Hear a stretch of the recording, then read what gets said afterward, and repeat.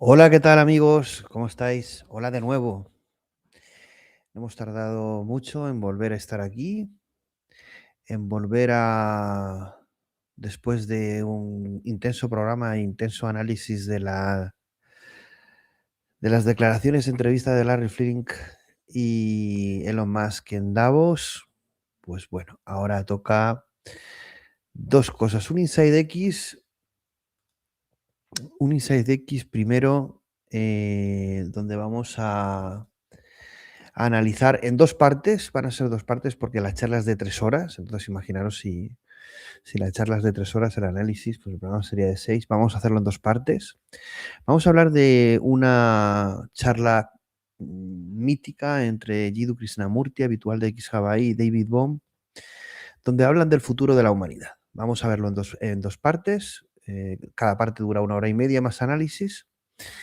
Y luego también, antes de analizar esta impresionante charla, continuando hablando del futuro, donde venimos de hablar o de que Elon Musk nos muestre el futuro o parte del futuro que nos espera, vamos a una charla anterior de dos maestros, uno espiritual y otro científico, Jiddu Krishnamurti y David Bohm, hablando del futuro de la humanidad. Pero antes vamos a ver, como os he dicho y anticipado en el otro Inside X este mediodía, vamos a ver un trocito de una charla de mi amigo Rafael Monterde, Teología en tiempos de algoritmos, libertad, verdad y humanidad en la cultura digital.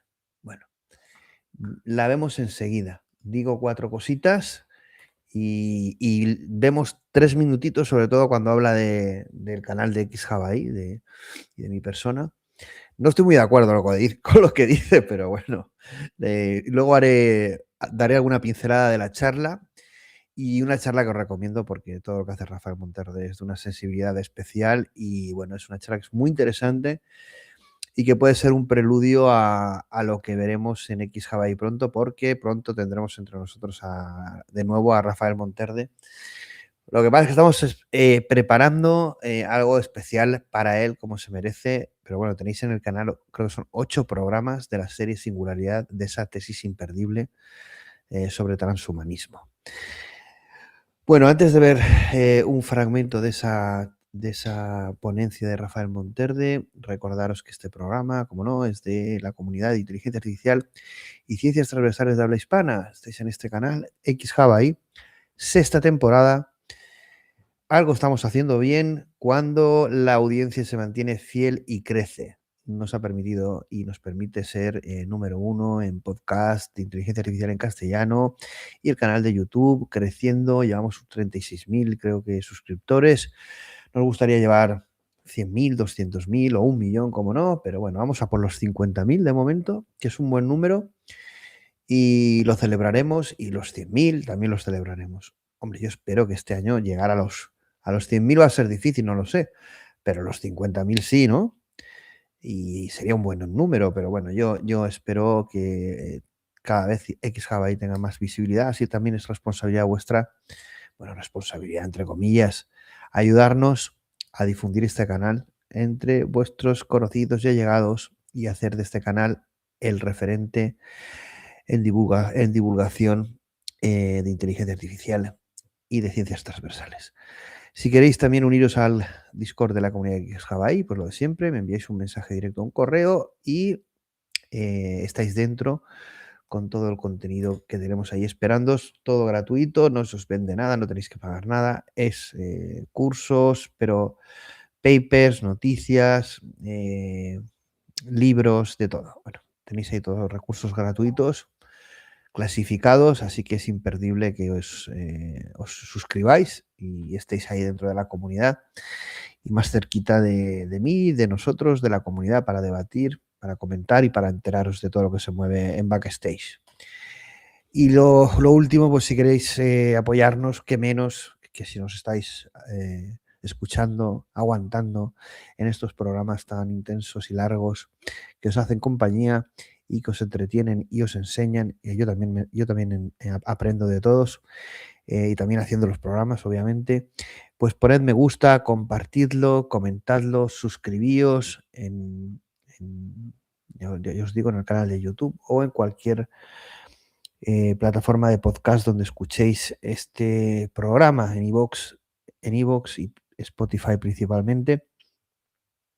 Y bueno, pero a mí lo que más me gusta, como siempre digo, es que dejéis comentarios y opiniones, siempre con respeto, de lo que os gusta, lo que no, lo que estáis de acuerdo, lo que no, lo que os gustaría ver, etcétera. Vamos, bueno, antes de poner la de Jiddu Krishnamurti, vamos a poner la de mi amigo Rafael Montero. Venga, vamos a poner un trocito.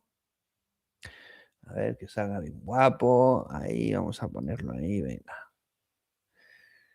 Y vamos a ponerlo unos minutillos, venga. Se enfrenta a esto.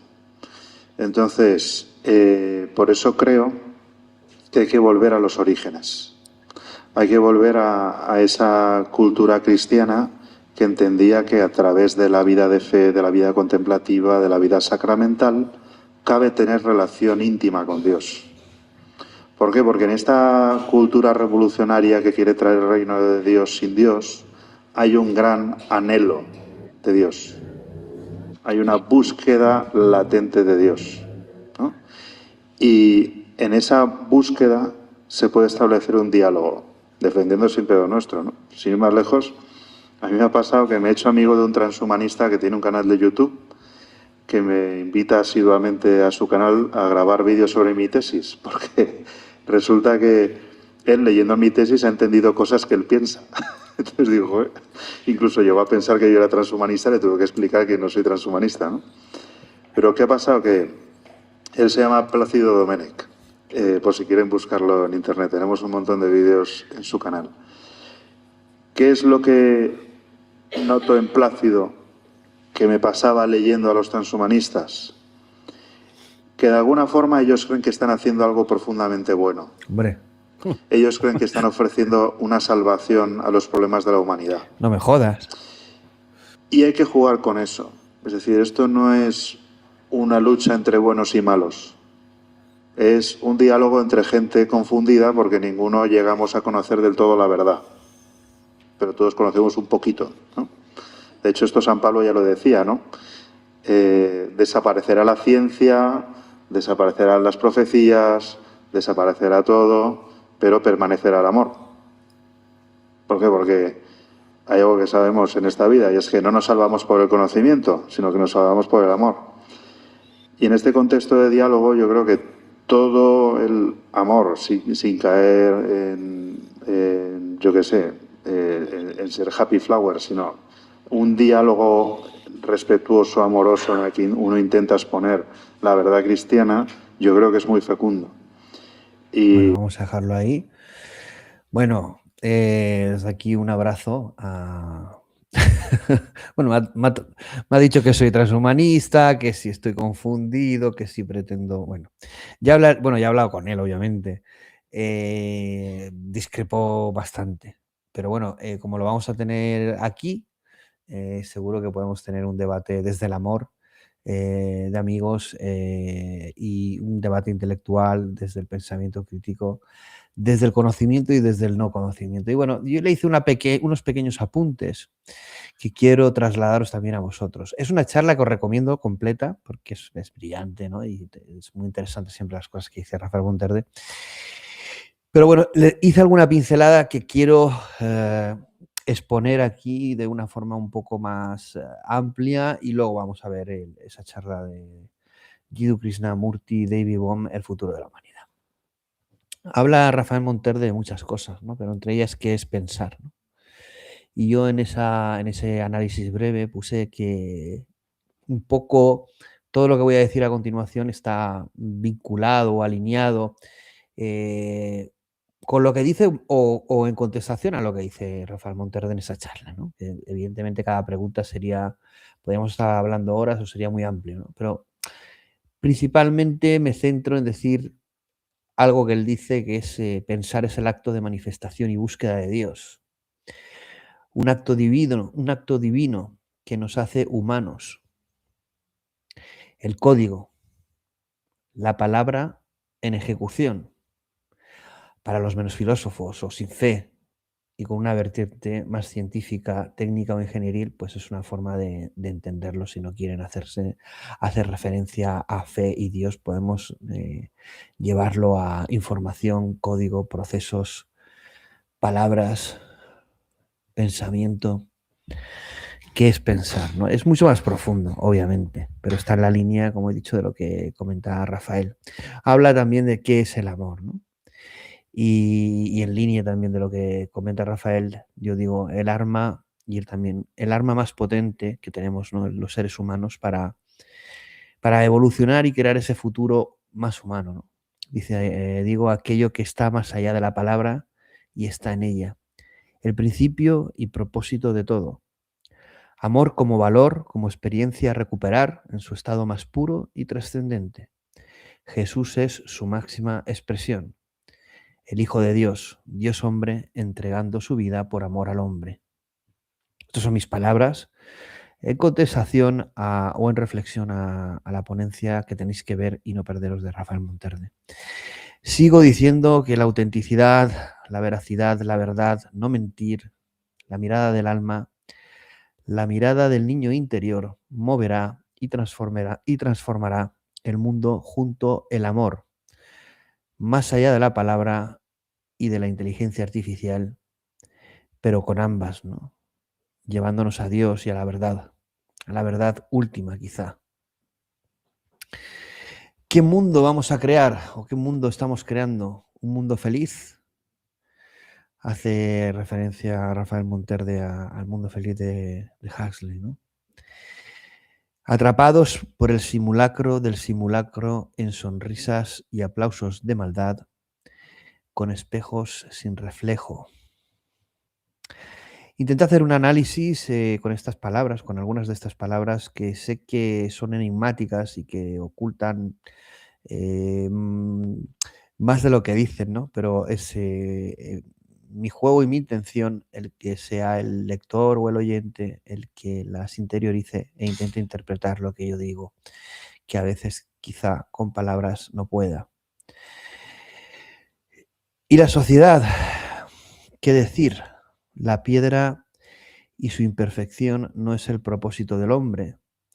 Y sí, buscaremos la guarida, el hospital, el refugio, la familia, la manada, a los tuyos en la simulación. Buscarás la verdad en la palabra, sabiendo que cuando estés abatido, levantarás la cabeza y sabrás que no estás solo. Evolución, transformación, mutación, trascendencia. El homo productivo, repetitivo, esclavizado, llega a su fin. La jaula sin escapatoria se ha roto en 1000 pedazos. Muchos gritarán y llorarán por ello. Pocos entenderán que el alma no puede ser encadenada. Y el cubo, el Dios, creado por el hombre para encontrarse con Dios, el hombre perdido, expulsado del Edén, volviendo a casa del Padre para sentarse a su derecha y ser uno con Él. La inteligencia artificial, Rafael, no es el obstáculo. La inteligencia artificial forma parte de la palabra, del código y del propósito que conocemos y que no conocemos. Razón y fe, monos caminando en la oscuridad con la luz prometeica de la inteligencia artificial o, como ha dicho Elon Musk anteriormente, con la luz de la conciencia. Y no soy, amigo Rafael, aquello que conoces, pero igualmente sabes que eres mi hermano, palabra y alma. Y bueno, sabe que lo quiero, desde aquí un abrazo, desde aquí lo espero, sabe que esta es su casa, sabe que ha aprendido un montón de él. Yo espero que también algo haya aprendido o disfrutado con nuestras charlas. Bueno, nos conocemos en persona y es una persona excelente. Y cualquier cosa que hace, es verdad que a mí vibro, me alineo muchísimo con él. E incluso sus críticas las espero poder poder charlarlas, ¿no? Lo haremos aquí en xHUB seguro, ¿no? Y bueno, lo último que le dije a Rafael, que bueno, no se va a enfadar, le dije, si me consideras transhumanista, para mí Dios y Jesús también lo es. Dicho lo cual, vamos a ver la charla, aquí un comentario, bueno, ya estáis varios aquí, voy a leer un comentario ahí de la charla, dice, hola, no voy a poder estar. Dice una persona que estuvo con Bohm y Privan, Jazmín Zambrano. Bueno, Yasmín, el programa se queda grabado y lo puedes ver luego en diferido. Pero bueno, es curioso que tengamos a alguien que estuvo en cursos con los dos, ¿no? Con Bohm y Privan, que no es Jiddu Krishnamurti. Cuidado, bueno, Privan también importantísimo, ¿no? El cerebro holográfico. Vale, vamos a poner la primera charla. Venga, vamos a por ello. Un segundo. Venga. Vamos a ponerlo.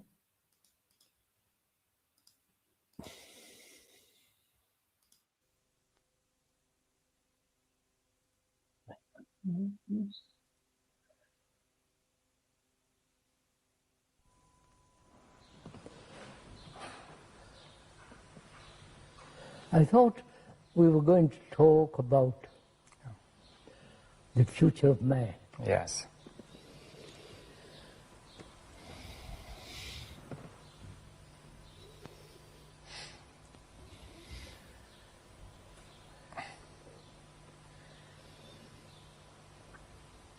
I mean, really, when we talk about man, we're talking about humanity. The whole of mankind. Whole yes. of mankind. Not the British, or the French, or the Russian, or the American, but the whole of The future is all human beings. interlinked now, anyway. As things are, but from what one observes, the world has become tremendously dangerous. Yes. Terrorists, wars, and the national divisions and racial divisions. Some dictators who want to destroy the world and so on and so on. And also religiously there is tremendous separation. Yes, and I think there's the economic crisis and the ecological crisis, Yes, which are ecological and economic problems. Problems seem to be multiplying more and more. So, what's the future of man? What's the future of not only the present generation, but the coming generation? Yes, well, the future looks very grim. Very grim. If you were quite young, and I was quite young, what would we do, knowing all this? What would be our reaction? What would be our life, our way of earning a livelihood and so on? Yes, well, I've often thought of that. For example, I've asked myself, would I go into science again? Yes. And I'm not at all certain now, because science does not seem to be relevant to this crisis. No. They are, on the contrary, they are helping. It makes it worse, yeah. Yes, they are helping. It might help, but in fact it isn't. Right? So what would you do? I think I would stick to what I'm doing. Well, that would be easy for you. For me, quite easy. But there are several problems, of course. I don't know if you want to discuss them. If a person is just starting out, he has to make a living, right? Of course. Now, there are very few opportunities now, and most of these are in jobs which are very limited. Limited and unemployment right throughout the world. Yes. I wonder what you would do, knowing that the future is grim, very depressing, dangerous, and so uncertain. Where would you begin? Yes, well, I think one would have to stand back from all these particular problems of my own needs and the needs of the people around me. Are you saying one should really forget oneself for the time being? Yes. Even if I did forget myself, And when I look at this world in which I'm going to live, and have some kind of career or a profession, and the unemployment, what would I do? This is a problem that I think most young people are facing. Yes, it's clear.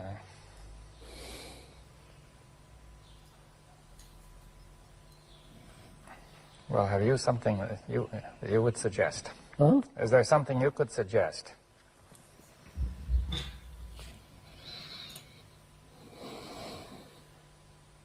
Yeah, I think I don't think in terms of evolution. Yes, I understand that. That's a point that I was expecting we would discuss. Huh? I was expecting we would discuss that. Yes, I don't think there is psychological evolution at all. Yes. Now, we've discussed this quite often, so I think I understand to some extent what you mean, but I think the people who are new to this, who are viewing this tape, are not going to understand. We'll discuss it, but I want to discuss this whole question, if you will. Why are we concerned about the future?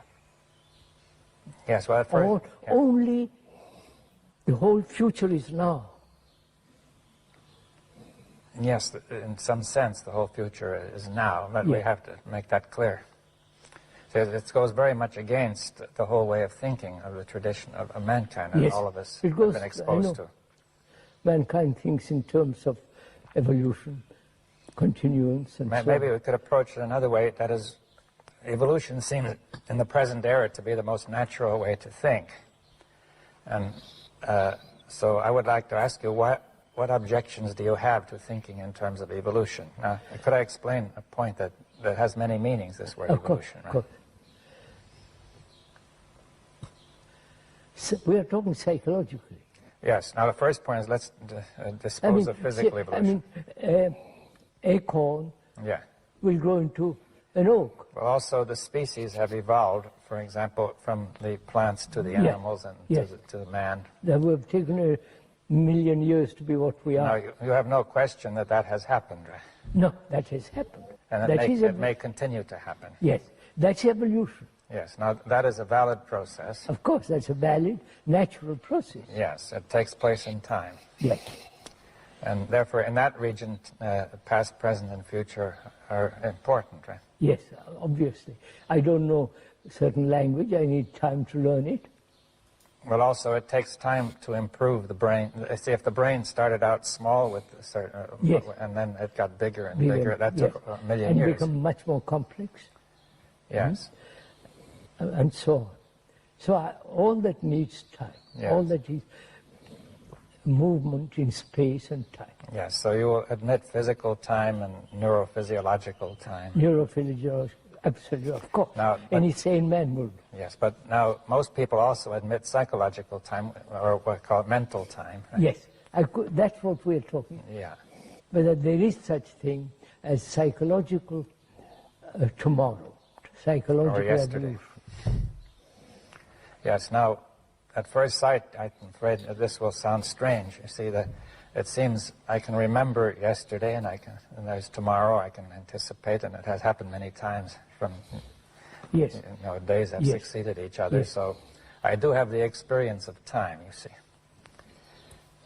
from yesterday to today to tomorrow. Right? Of course, of course. Now that's simple enough. That's simple enough. Now, what is it you're denying, you see? I deny that I will be something, become better. That I can change and be. But now there are two ways of looking at that. See, one way is, will I intentionally become better because I'm trying? Or secondly, some people feel that evolution is a kind of a natural, inevitable process in which we are being swept along like in a current, and we are perhaps becoming better or worse, or something is happening to us. Psychologically. Yeah, but psychologically, which takes time, which may not be the result of my trying to become better. Or it may or may not be. Some people may think one way, some another. But are you denying also that there's a sort of a natural psychological evolution as there was a natural biological evolution? I'm denying that, yes. Yes. Now, why do you deny it?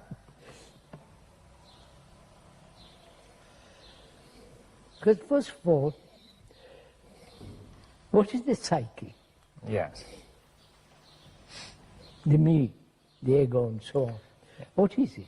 Yes, well now the word psyche has many meanings. It may mean the mind, for example. Now, do you mean by that the ego is the same thing? The ego. I'm ego. talking of the ego, the me. Yes, now some people who are thinking of evolution are thinking there will be an evolution in which the me is transcended. That is, that it will rise to a higher level. Yes, does transition need time? The transcendence or transition. Yeah, yeah. That's my whole question. Yes. So there are two questions. One is, will the me ever improve? Now, that's one argument. And another argument is, even if we suppose we want to get beyond the me, can that be done in time? Is that it? That cannot be done in time. That's yes. Now, we have to make it clear why not. Yes, I will. We'll go into it. Mm-hmm. What is the me? If the psyche has such a different meanings, the me is the whole movement which thought has brought about. Well, now why do you say that? The me is the consciousness, my consciousness. The me is my name, form, and all the various experiences that I've had, remembrances, and so on. The whole structure of the me is put together by thought. Yes, well, that again will be something which some people might find it hard to accept. That Yeah, of course, we're discussing. Yeah, but I mean also to try to bring it out. Now, yes. The first experience, the first feeling I have about the me is that the me is there independently, and that the me is thinking. That is the me independent of my thinking? Well, my own first feeling is the me is there independent of my thinking, and it is the me that is thinking. You see, like yes. I am here, and I could move my arm, or I could think, or I could move my head, you know. Yes. Now, is that an illusion? No. What? Because the me, when I move my arm,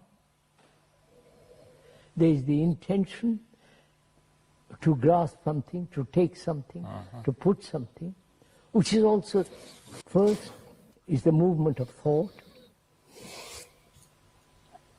and that makes the arm move, and so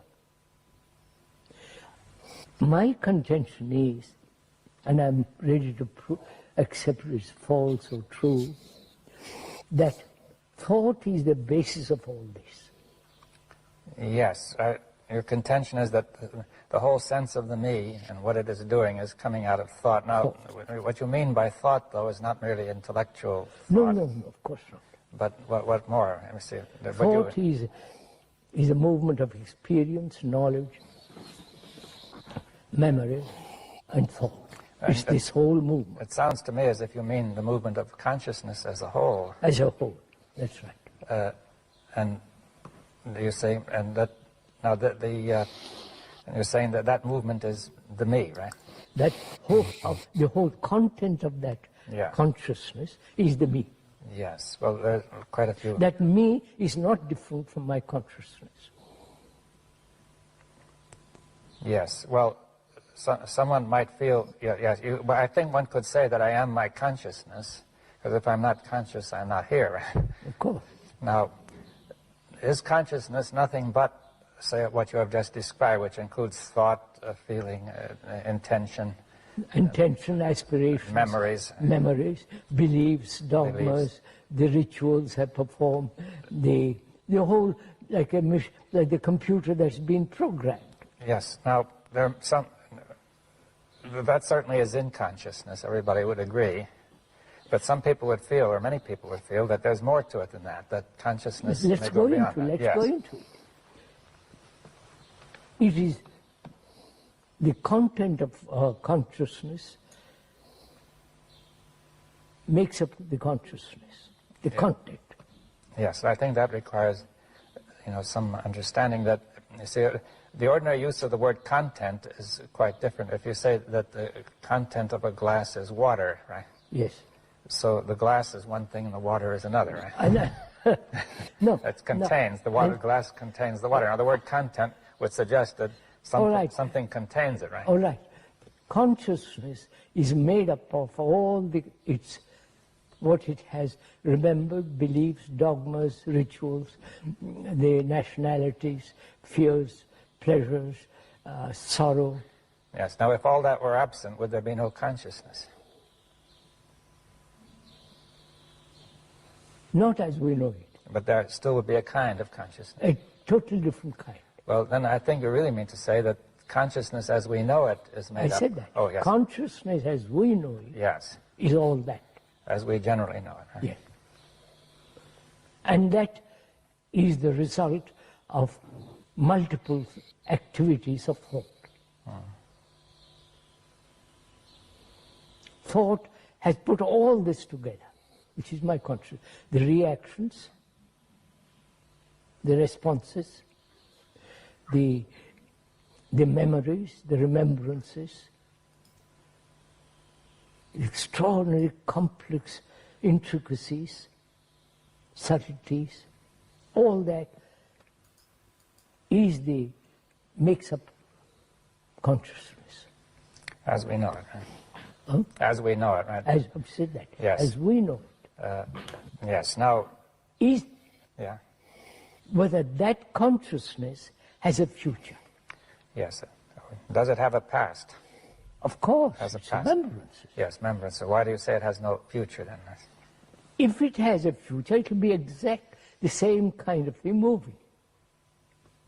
The same activities, same thoughts, same modified, but the pattern will be repeated over and over again. Yes. Now, are you saying that thought can only repeat? Yes.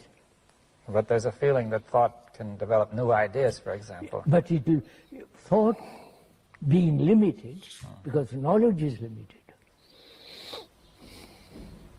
If you admit that knowledge will always be limited. Yes, well, that again might require some discussion. Of course, we must discuss. You see, now, why do you say knowledge is always limited? Because as a scientist, you're experimenting, adding, searching. So you're adding. And after you, some other person will add more. So knowledge, which is born of experience, is limited. Yes, though some people have said it isn't, they would hope to obtain perfect knowledge or absolute knowledge of the laws of nature. The laws of nature is not the laws of human being. Well, do you want to restrict the discussion then to knowledge about the human being, right? Of course, that's all what we're Or even talking there you about. could question whether that knowledge of nature is possible, Of course, too. we are talking about the future of man. Yeah, now, but, all right, so we're saying that man cannot obtain unlimited knowledge of the psyche, is that what Yeah, that's right. There's always more that's unknown. Yeah, there's more and more unknown. Yes. So, if once we admit that knowledge is limited, then thought is limited. Yes, thought depends on knowledge, and the knowledge does not cover everything. Therefore, thought will not be able to handle everything that happens. Right? That's what the politicians and all the other people are doing. They think thought can solve every problem. Yes, you can see in the case of the politicians that knowledge is very limited. In fact, it's almost non-existent. And therefore, when you lack the adequate knowledge of what you're dealing with, you create confusion. Right? Yeah. So, then, as thought is limited, our consciousness, which has been put together by thought, is limited.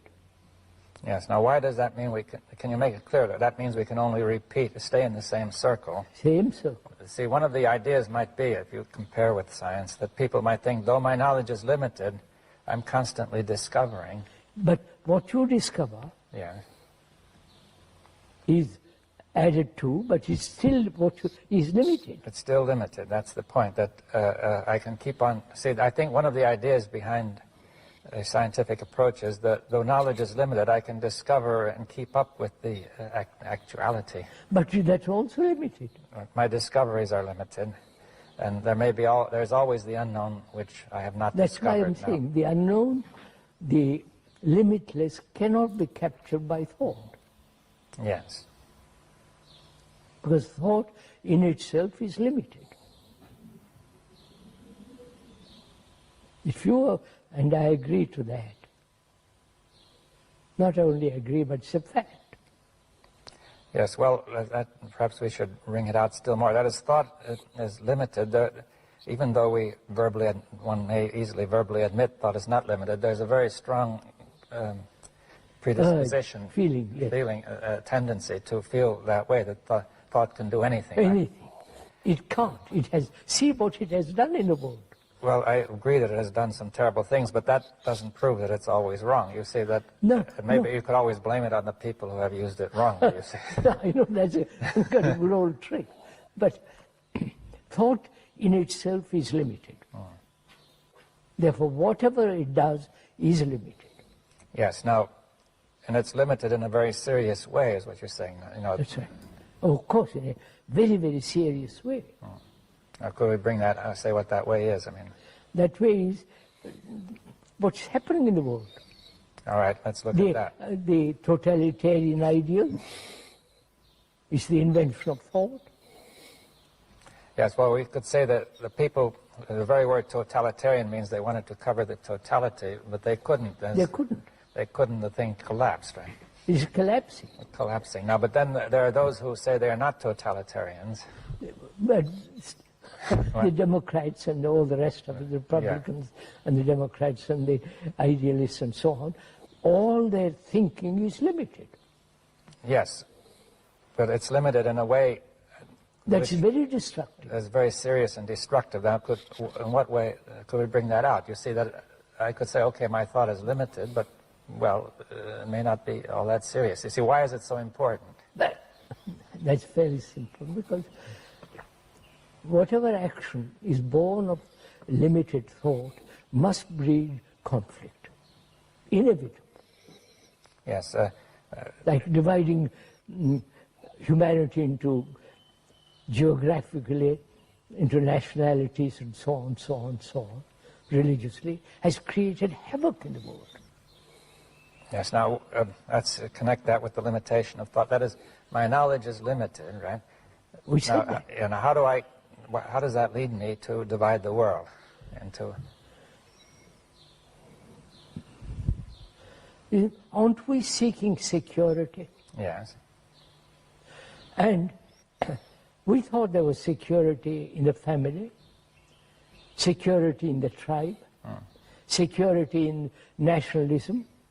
So we thought there is security in division. Yes, it seems now it's come out that, take the tribe, for example. See, one may feel insecure. Now, because then it says, with the tribe I am secure, that is a conclusion. And I think I know enough to be sure that's so, but I don't. Other things happen that I don't know, which make that very insecure. Other tribes come along. No. The very division creates insecurity. It helps to create it, yes. But I'm trying to say I don't know enough to know that, right? No. I don't see that, right? So you don't, but one doesn't see it because one has not thought about anything, looked at the world as a whole. Yes, well, the thought which attempts to, the thought which aims at security attempts to know everything important. Yes. And it assumes that it knows everything important, and it says this will bring security. Now, not only are there a lot of things it doesn't know, but one thing it doesn't know is that this very thought itself is divisive, right? Divisive. Yes. Divisive. It's going to, because I define an area which is secure and divide it from another area. Because in itself it's limited. Yes. Anything that's limited must inevitably create conflict. What do you mean, any thought that's... If I say I'm an individual, it's limited. Yes. I'm concerned with myself that is very limited. Yes, we have to get this clear. See, if I say this is a table which is limited, it creates no conflict, right? No, there's All right, no so conflict now when there. I say this is me, it creates conflict. Now, Yes. Now The me is a divisive entity. let's see it more clearly why, you see. Because it is separative, it is concerned with itself. The me identifying with the greater nation is still divisive. Yes, well, I define myself in the interest of security so that I know what I am as opposed to what you are, and I protect myself, right? Now, this creates a division between me and you. Right? We and they and so We and they. Now, that comes from my limited thought because I don't understand that we are really closely related and connected. That's why we are human beings. Yeah, we're all human beings. All human beings have the same, more or less the same problem. Now, I haven't understood that. My thought is, my knowledge is limited. I think that we can make a distinction and protect ourselves or me and not the others. Huh? Yes, that's right. But in the very act of doing that, I create instability. Right? Yeah, that's right. You create insecurity. So, if we see that, not merely intellectually or verbally, but actually feel that we are the rest of humanity, then the responsibility becomes immense. Yes, well, how can you do anything about that responsibility? Then either contribute to the whole mess or keep out of it. That is, not to be at peace, to have order in oneself. Well, I didn't. I'll come to that. I'm going to talk. Yes, you see, let's come, you see, I think we've touched on an important point, that we say the whole of humanity, of mankind, is one. Yes. And therefore, to create division there is destructive. dangerous. Yes. Now, whereas to create division between me and the table is not dangerous, because in some sense we are not one, though. Me and the trees. That's only in some very general sense that we are one. But yes. now, mankind doesn't realize that it is all one. I think we have. You see, Why? Well, Why? let's go into that. You see, I think we've been going. That this is a crucial point. That it's clear it doesn't, because there's so many divisions, and not only in nations and religions, but from one person to another. I know. Why is there this division? There, first of all, is the feeling, at least in the modern era, that every human being is an individual. Right? This may not have been so strong in the past. That's what I question. I question altogether whether we are individuals. Yes, well, that's a big question, because... Yeah, of course. We said just now, the consciousness, which is me, is similar to the rest of mankind. They all suffer. Yes. They all have fears. They're all insecure. They have their own particular gods and rituals, all put together by thought. Yes, well, I think this calls for some, there are two questions here. One is, not everybody feels that he is similar. Most people feel they have some unique distinction. At least they...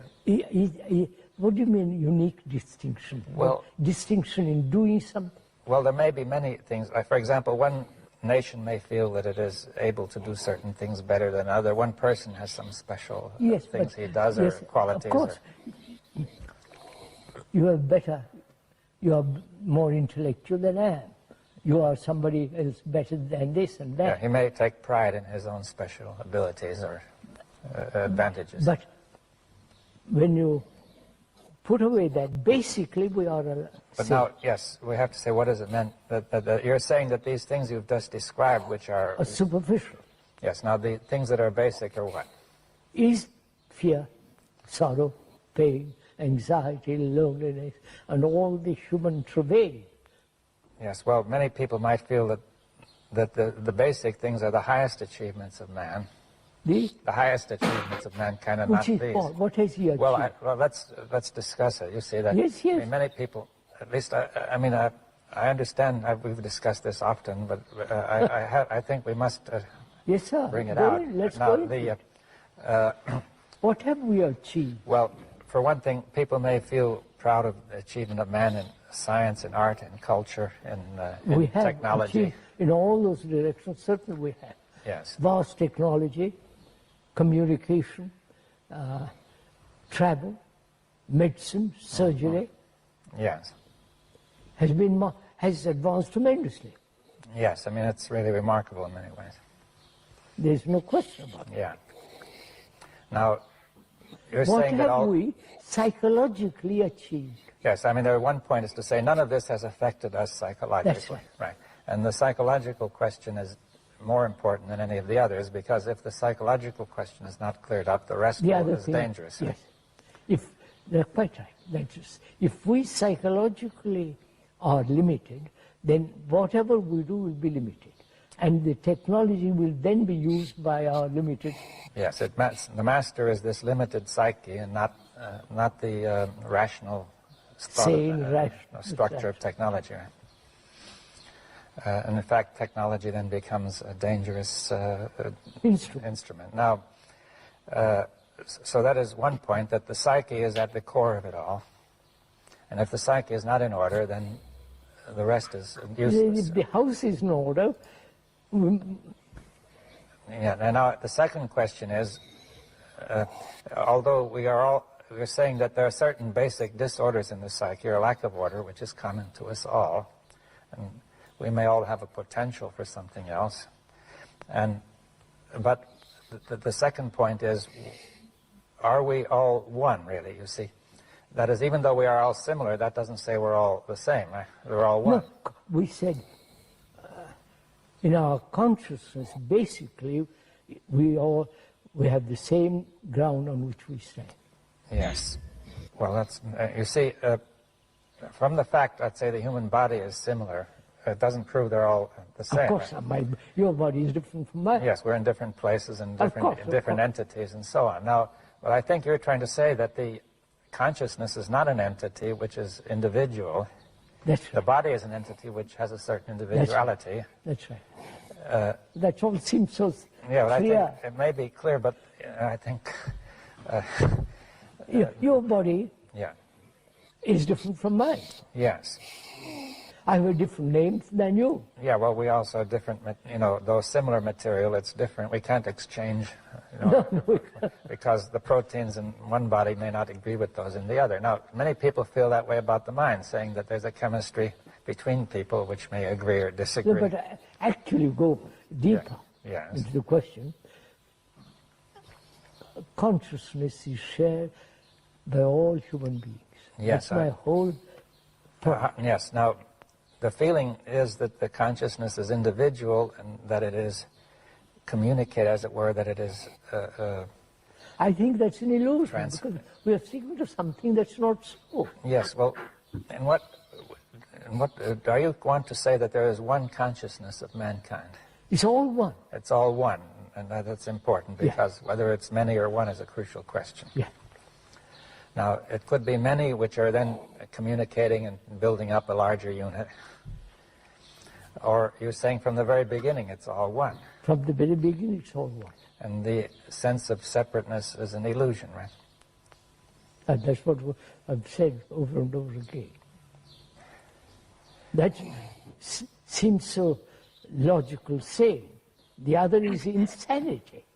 Well, yes, now people don't feel that, one doesn't immediately feel that the notion of separate existence is insane, because one extrapolates from the body to the mind. One says it's quite sensible to say my body is separate from yours, and inside my body is my mind.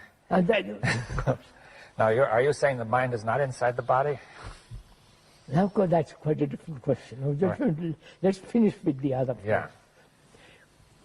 If each one of us thinks that we're separate individuals psychically, we have done what we have done in the world is colossal mess. Well, if we think we are separate when we are not separate, then it will clearly be a colossal mess. That's what's happening. Each one thinks he has to do what he wants to do, fulfill himself. So he's struggling to be, he's struggling in his separateness to achieve peace, Yes. to achieve security, which that security and that peace is totally denied. Yes, well, the reason it's denied is because there is no separation. You see, if there were really separation, it would be a rational thing to try Yes, to do. But, yeah. Actually. but if we're trying to separate what is inseparable, the result will be That's chaos, right? right? That's right. Now, that's clear, but I think that it will not be clear to people immediately that the consciousness of mankind is one inseparable whole. Yes, sir. Inseparable whole. Absolutely right. And many questions will arise if you once even consider the notion, but I don't know if we have gone far enough into this yet, one question is, why do we think we are separate? Why? Why do I think I'm separate? That's my conditioning. Yes, but why? How did we ever adopt such a foolish conditioning? From childhood, it's mine, my toy, not yours. Yeah, but the first feeling you get is, I say it's mine because I feel I'm separate. You see, Yes, now, one doesn't start out, see, it isn't clear how the mind which was one came to this illusion that it is all broken up into many pieces. I think it's again the activity of thought. Thought, in its very nature, thought is divisive, fragmentary, and therefore I'm a fragment. Yes, well, thought will create a sense of fragments. You see, you could see, for example, that once we decide to set up a nation, then we will be separate from, think we're separate from the other nation, and all sorts of things, consequences follow, which make the whole thing seem independently real, that you have all sorts of separate language and a separate laws and separate this, and you set up a boundary.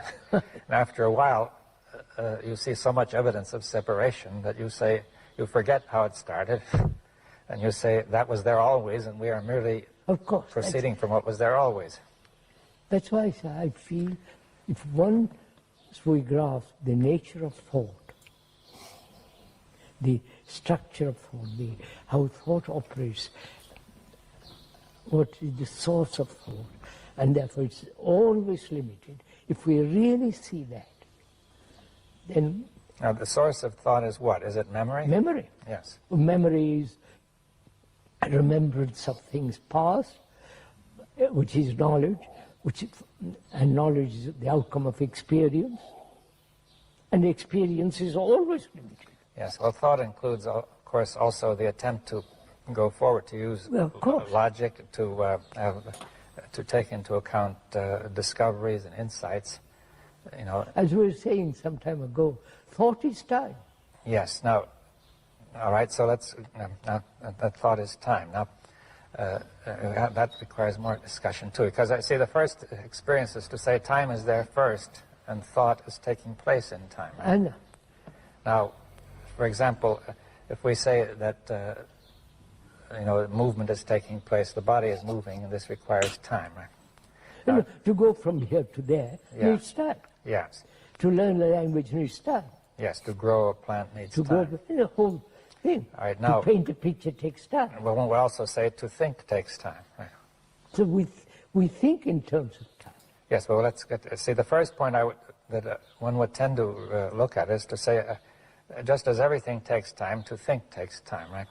Now, but you're saying something else, which is that thought is time. Thought is time. That is psychically speaking and psychologically speaking. Of course, of course. Now, how do we understand that? How do we understand what?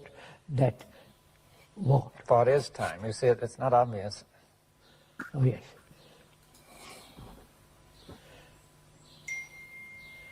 Would you say thought is movement and time is movement? Right, that's movement. Now, yes, well, these are, you see, time is a mysterious thing. People have argued about it. You know, we could say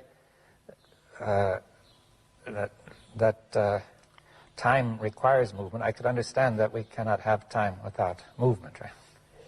Time is movement. Time is movement. Now, but time is not separate I don't from say it's movement. separate from movement, but you see, to say time is movement, you see, if we said time and movement are one, Yes, I'm saying that. yes. Now, they cannot be separated, right? No. All right, because that seems fairly clear. Now, there's physical movement, which means physical time, right? With physical time, There's the heartbeat time, and so hot on. and cold, and also dark and light, The sunset, seasons, yeah. sunrise, all that. Yes. Now, then we have the movement of thought. Now, that brings us into the question of the nature of thought. Is thought nothing but a movement in the nervous system, in the brain? Yes. Would you say that? Yes, yes. I mean, some people have said it includes a movement of the nervous system, but there might be something beyond. You know, What is time, sir, actually? Actually, what is time? Time is hope, psychologically. psychological. I'm talking Yeah. entirely But psychological one for the tends moment. to keep on thinking. Of more. course, we have understood that. Yeah. Time, I mean, hope is time. Becoming is time.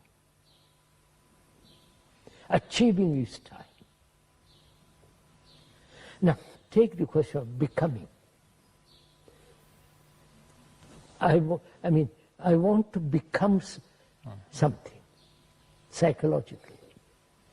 I want to become non-violent. Take that for example. That is altogether a fallacy. Yes. Well, we understand it is a fallacy, but you know, the reason it's a fallacy is that there is no time of that kind. Is that it? No. That there is. No, sir. Right. Human beings are violent. Yes. And they've been talking a great deal, Tolstoy in India, of non-violence. The fact is we are violent. Yes, but And the non-violence is not real. yeah, but we want to become that. yeah, but you see, it's again an extension of the kind of thought that we have with regard to material things. You say, if you see a desert, the desert is real, and you say the garden is not real, but in your mind is the garden, which will come when you put the water there. Yeah. So we say we can plan for the future when the desert will become fertile, right? That's All right, now you're saying, now we have to be careful. We say we are violent, but we cannot, by similar planning, become non-violent. non-violent. Now, why is that? Why? Because the non-violent state cannot exist while there is violence. Yes, yes. That's an ideal. Yeah. Well, one has to make it more clear, because you see, in the same sense, the fertile state and the desert don't exist together either. But you see, I think that you're saying that in the case of the mind, when you are violent, it has no meaning. That's the only state. That's all there is. Yeah, And not the other. the movement toward the other is Wrong. illusory. It's illusory. Yes. So all ideals are illusory. Psychologically. The ideal of building a marvelous bridge is not illusory. No, you can plan it. Yeah. But to have psychological ideals, Yes, if you are violent and you continue to be violent while you are trying to be not violent, it's so obvious. it has no meaning. Right? There's no meaning. And yet that has become such an important thing. So the becoming, which is to either becoming what is or becoming away from what is. Yeah, what should be, yes. I question both. Yes, well, if you say there can be no sense to becoming in the way of self-improvement, or That's self-improvement is something so utterly ugly. So we are saying that The source of all this is the movement of thought as time. When once we admit time psychologically, all the other ideals, non-violence, achieving some super state and so on, become utterly illusory. Yes. Now, when you're talking the movement of thought as time, it seems to me that say that movement of thought, that time which comes from the movement of thought, is illusory, is it? Yes. That we sense it as time, but it's not a real kind of time. I mean, that's why we ask, what is time? Yes. I need time to go from here to there. I need to, if I want to learn some engineering, I must study it. It takes time. That same movement is carried over into the psyche. I say, I need time to be good. Yes. Now, I need time to be enlightened. Yes, that will always create a conflict, right? Yes. One part of you and another. Oh, yeah.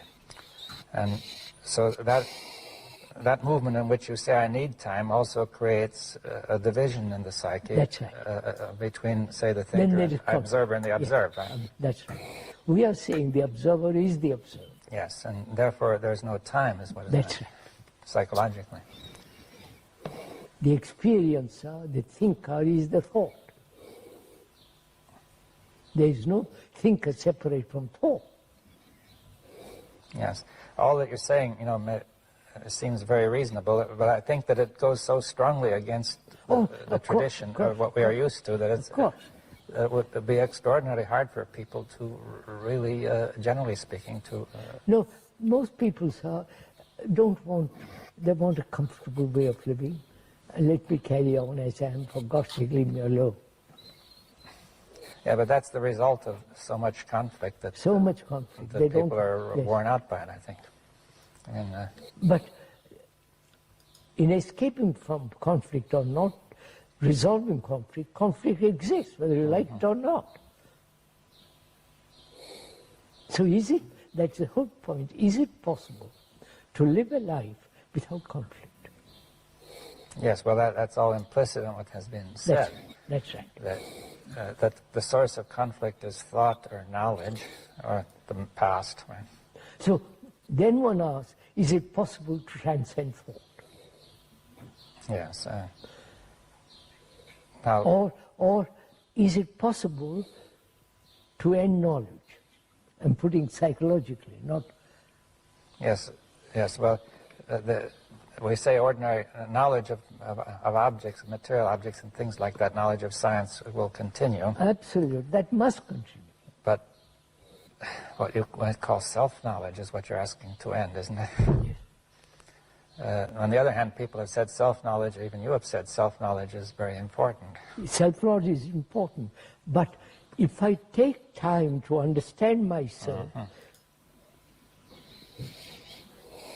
that is, I will understand myself eventually by examination, analysis, and so on, watching my whole relationship with others, and so all that involves time. Yes, well... And I say that there is another way of looking at the whole thing without time, which is when the observer is the observed. Yes. In that observation, there's no time.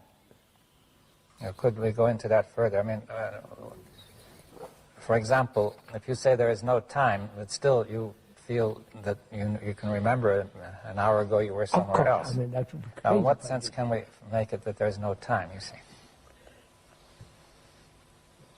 Time is division. Right? As thought is division, that's why. Thought time is time. Yeah, time is a series of divisions of past, present, future. Yeah.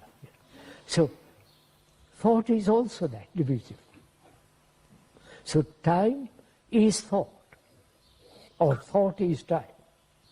Yes, well, I mean, it doesn't exactly follow from what you said, but I mean, we've explained it.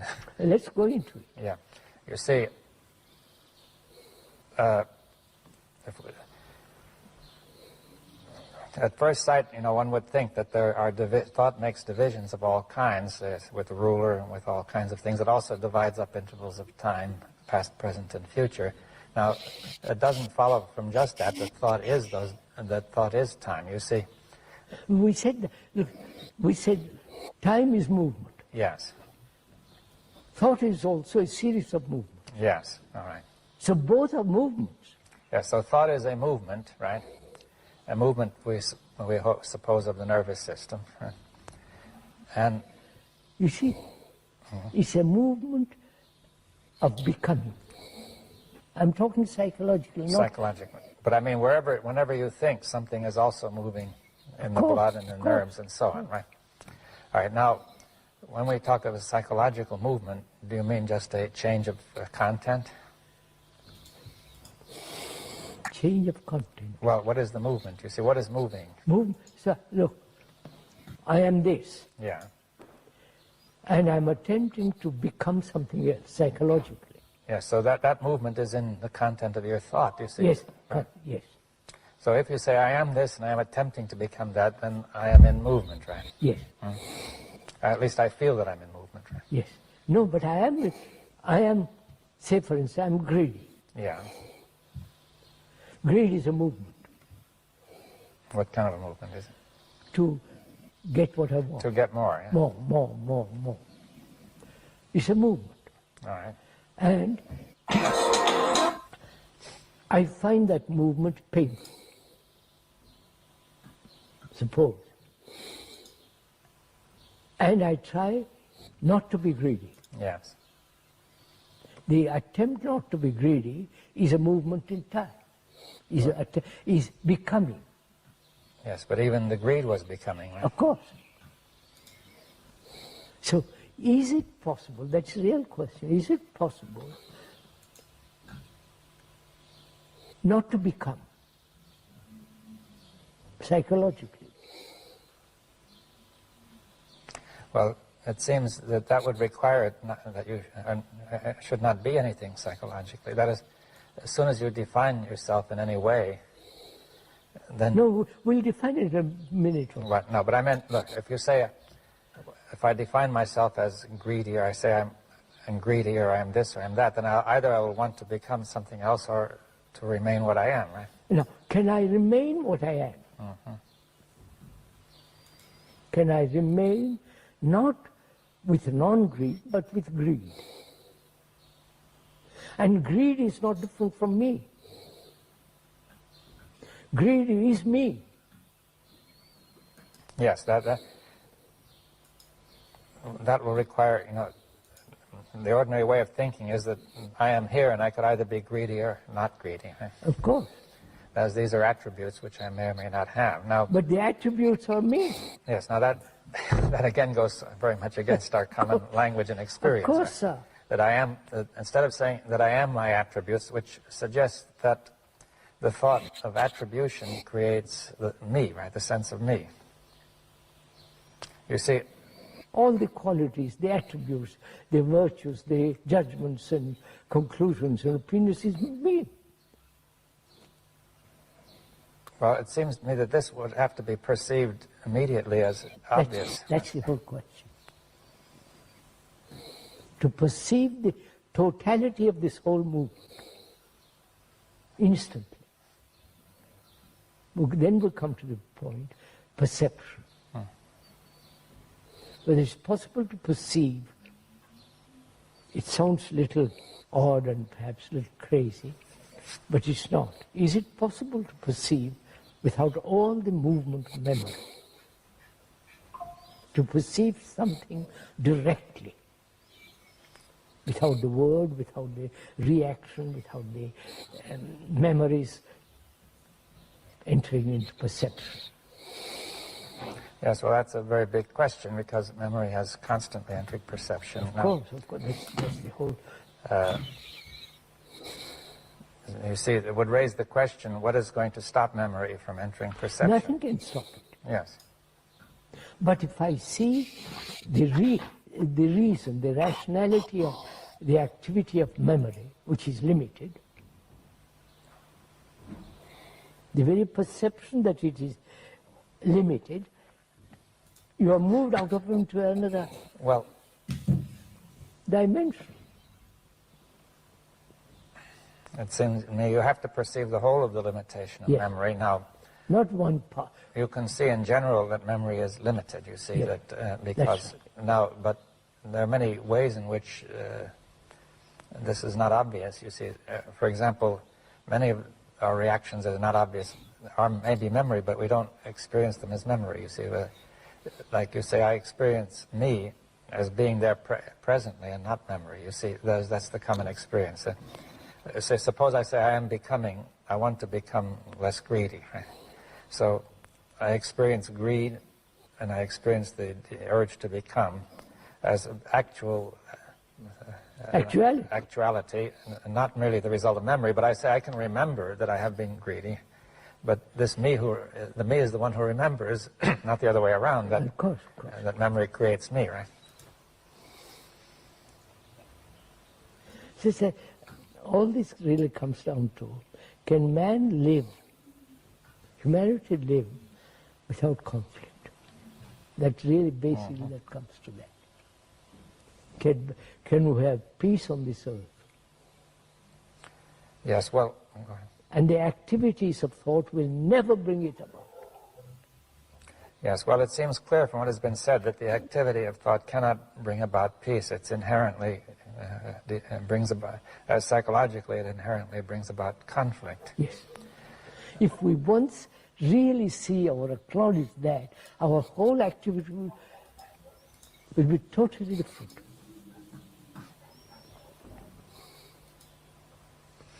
But are you saying that there is an activity which is not thought, then? Which is not? Which is beyond thought. Yes. And which not only is beyond thought, but which does not require the cooperation of thought. That is... Oh, certainly not. That it is possible for this to go on when thought is absent. That's a real point we have often discussed. Yeah. Whether there is anything beyond thought. Not something holy, sacred, I'm not talking about that. I'm talking, is there an activity which is not touched by thought?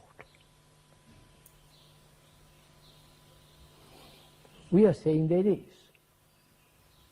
And that activity is the highest form of intelligence. Yes, well, now we brought in intelligence. I know. I purposely brought it here. So, so intelligence is not the activity of cunning thought. There is intelligence to build a table. Yes, but intelligence can use thought, as you were saying, often said, right? Intelligence can use thought. Yes, or thought can be the action of intelligence, would you put it that way? Yes. Or it could be the action of memory. Huh? That's it. Either the action is born of memory, and therefore memory is limited, therefore thought is limited, and it has its own activity, which then brings about conflict. Yes. I think this would connect up with what people are saying about computers. You see, every computer must eventually depend on some kind of memory, Memory, yes.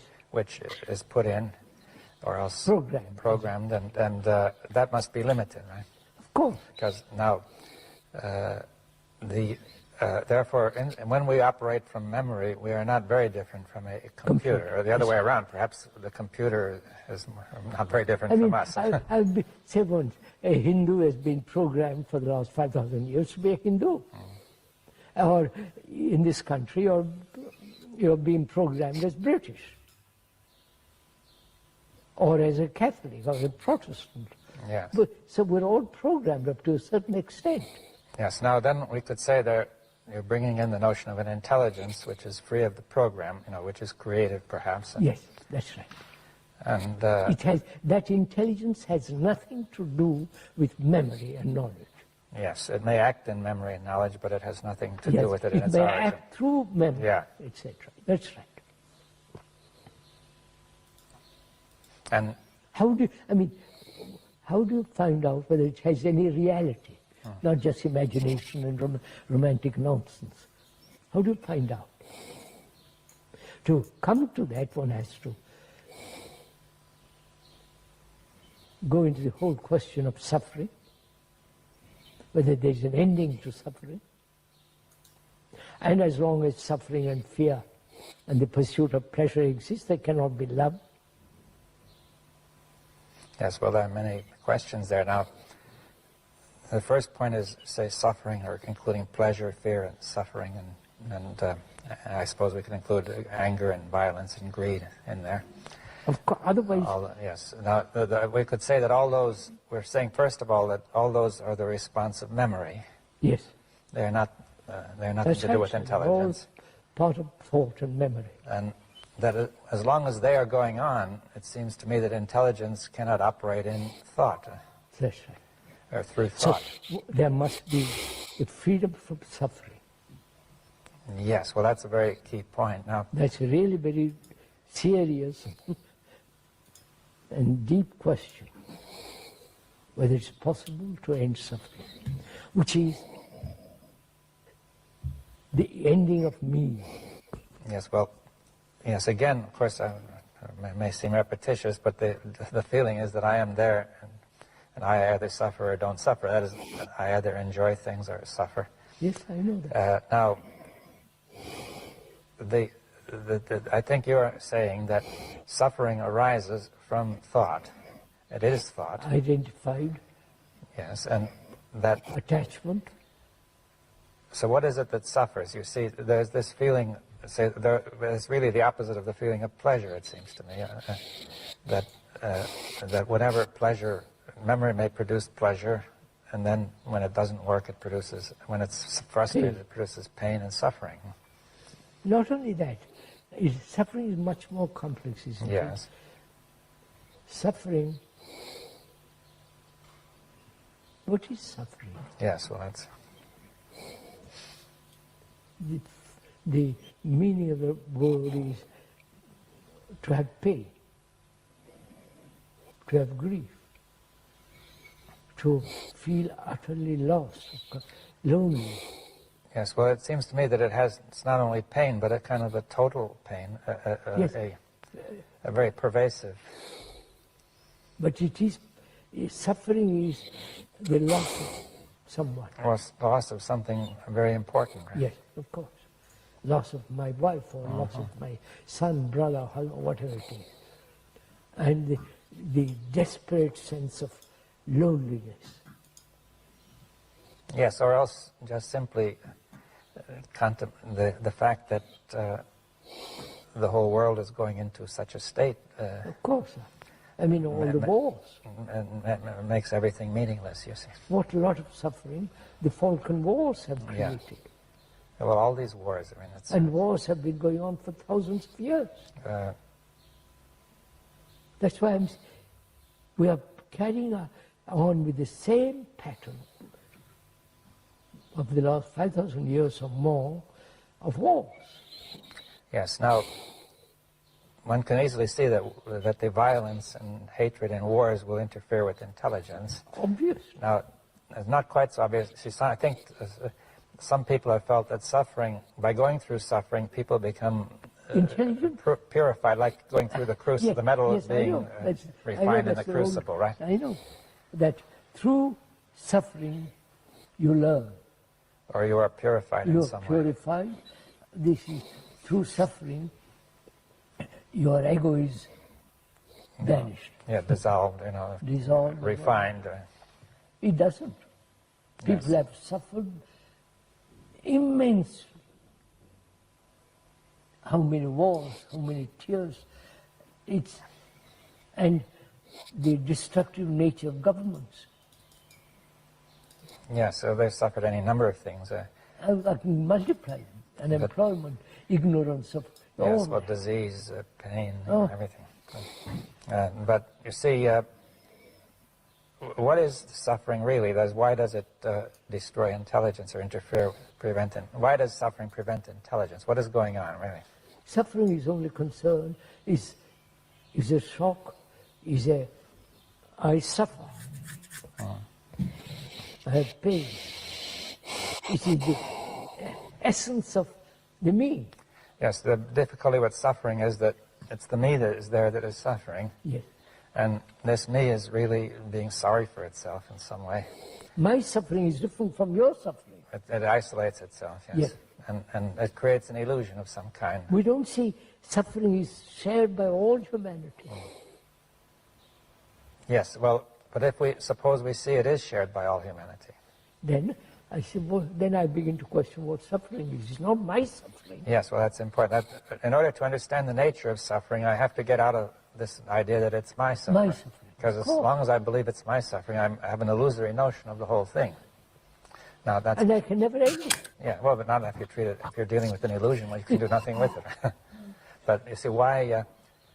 Now we have to come back. Why is suffering the suffering of humanity? See, at first it seems that I feel pain in the tooth, or else I have a loss, or something has happened to me, and the other person seems perfectly happy. Yes, that's right. But also he's suffering too in his own way. Yes, at the moment you don't see it. He doesn't see it, but he has his problems too. Right? So suffering is common to all humanity. Yeah, but the fact that it's common is not enough to make it all one. It's actual. Yes, but I want to say, are you saying that the suffering of mankind is all one, inseparable? Yes, sir. That's what I've been saying. As is the consciousness of mankind. Yeah, that's right. That when anybody suffers, the whole of mankind is suffering, right? If one country kills hundreds and thousands of human beings, the whole point is we have suffered from the beginning of time. We have suffered, and we haven't solved it. No, it's clear it hasn't been solved. We haven't solved it, but see, I think you've said something. The thing you've said, which is that the reason we haven't solved it is because we are treating it as personal or as a small group, where it cannot. That's an illusion. Now, any attempt to deal with an illusion cannot solve anything. Now, we would like to make it very clear. Thought cannot solve anything. Well, yes, because psychologically. The thought, you can say that the thought itself divides. Let's say, put it. Thought is limited. It is not able to see that this suffering is all one, right? Yes, and therefore it divides it up, right? There's mine and yours and theirs. That's And that creates illusion, which only multiplies suffering. Now, it seems to me that that the statement that suffering of mankind is one is inseparable from the statement the consciousness of mankind is one, right? We said that. Yes. Suffering is part of our consciousness. Yes. But one doesn't get the feeling immediately that this suffering belongs to the whole of mankind, you see. So, the world is me, I'm the world. Yes, you've often said that. Yeah. But we have divided as British Earth and French Earth. Now, do you mean by the world the physical world or the world of society? Or the world of society, world of psychological world, chiefly. Yes, so we say the world of society, of human beings, is one. And I am, now when I say I am that world, what does that mean? The world is no different from me. The world and I are one? Yes. Right, we are inseparable. Yes. And that requires, that's real meditation, that's real, you must feel this in not just verbal statement, it is an actuality.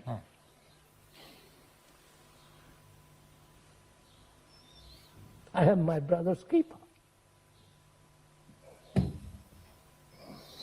Yes, now many religions have said that. And they're just verbal statements. Well, and they don't keep it. They don't do it in their heart. Well, perhaps some have done it, but in general it's not being done, right? I mean, there may have been a few, right? But that's not, we human beings haven't done it. Our religions actually have prevented it. Well, because of division. Every religion has its own beliefs and its own organization. Its own gods and its own saviors. Yes. So, from that, is that intelligence actual?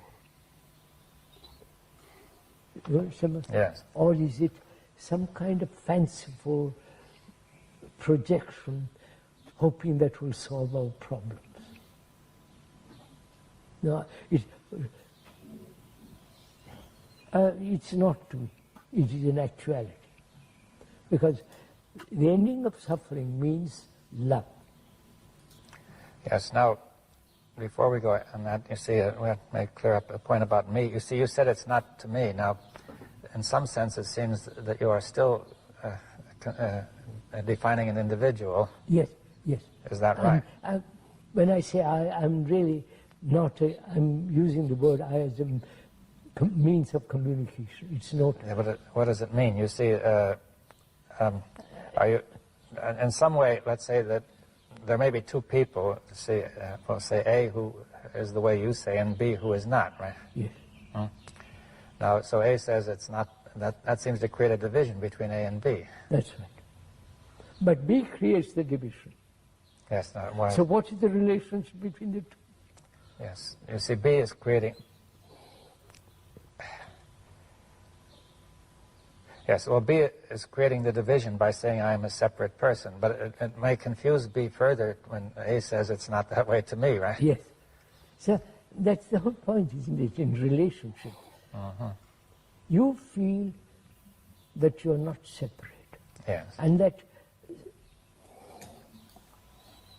that you really have this sense of love and compassion. And I haven't got it. I haven't even perceived or gone into this question. What's your relationship to me?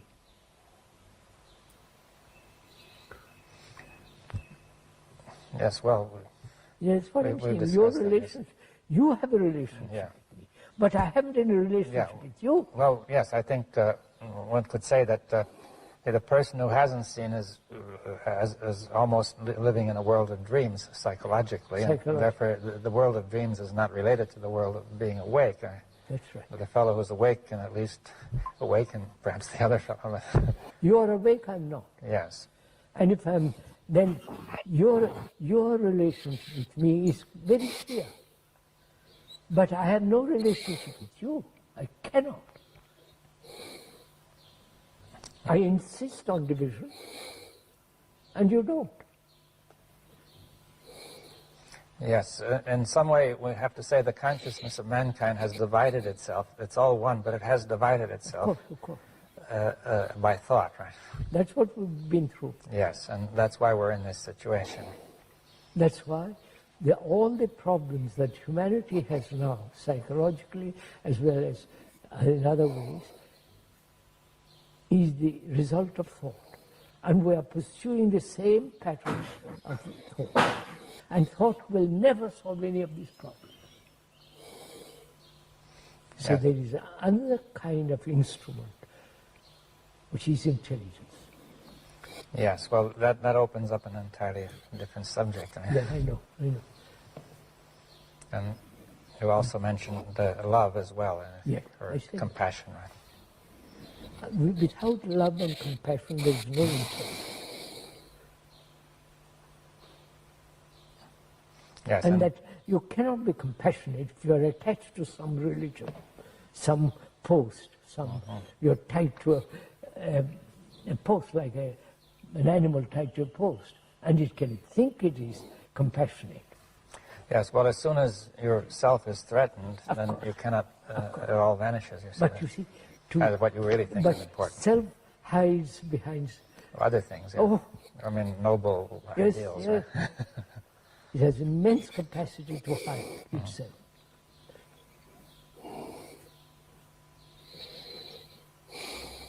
So what is the future of mankind?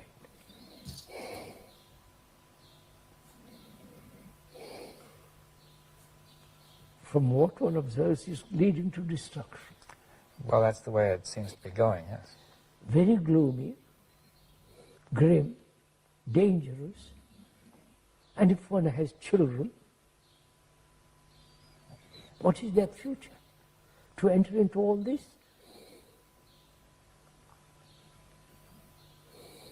And go through all the misery of it all?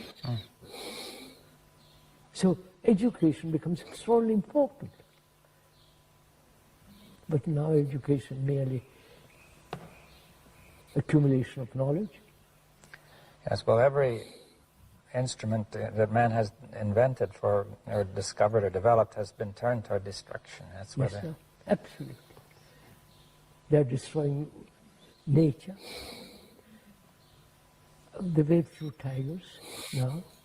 very few. Tigers and Oh, yes, animals. yes. They're Well, destroying yes, they're destroying forests and Right. agricultural land and overpopulation. Nobody seems to care.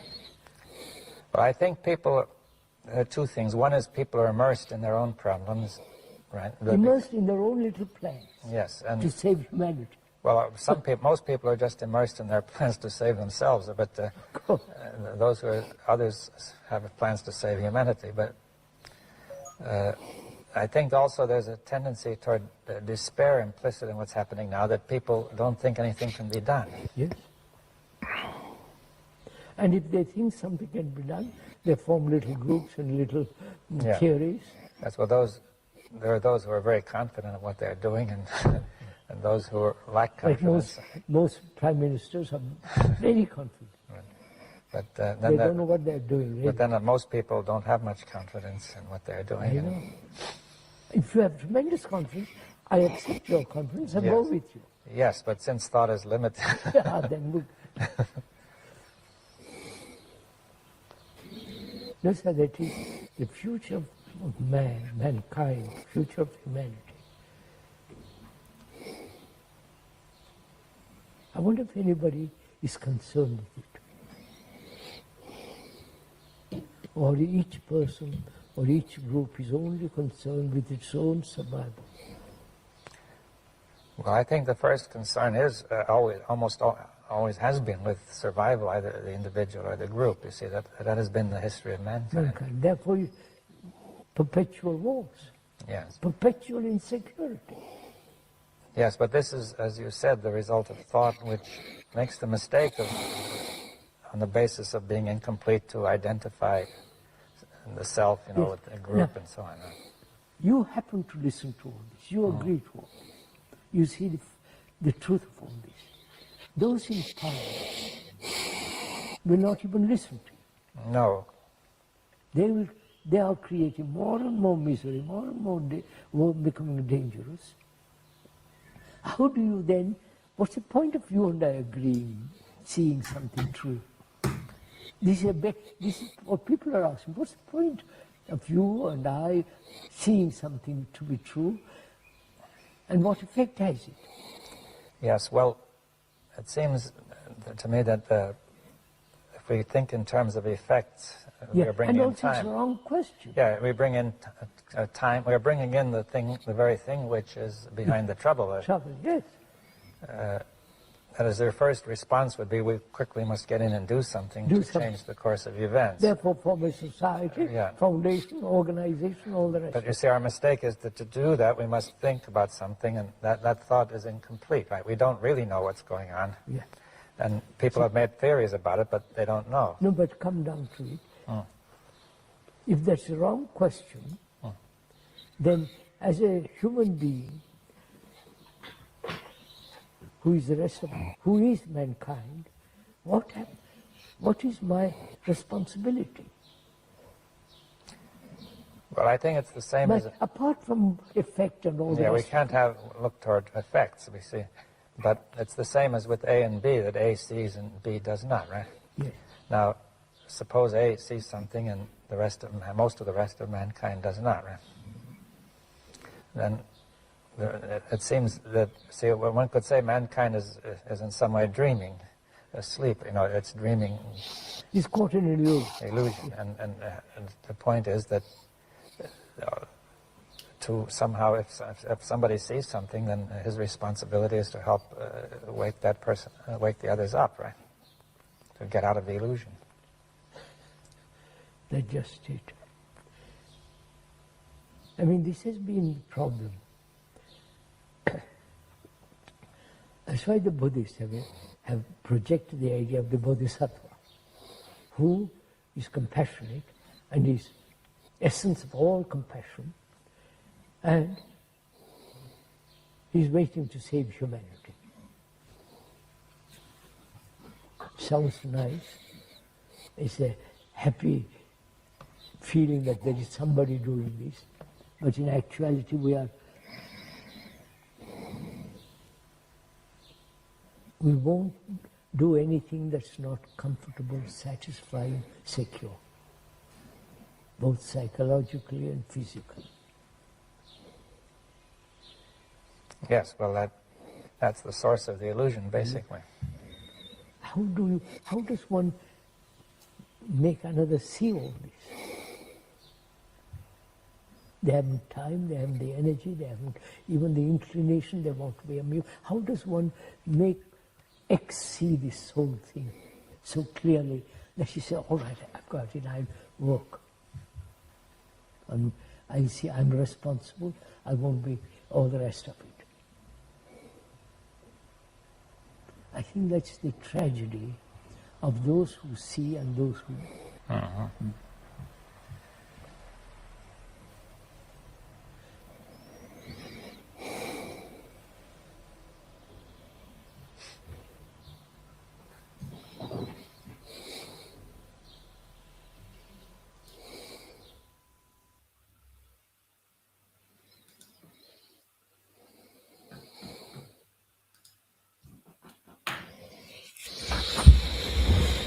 ¿Qué podemos decir? Me parece interesante, pero yo hay cosas que no comparto con Jiddu Krishnamurti. Vamos a por ello. Esperad un momento.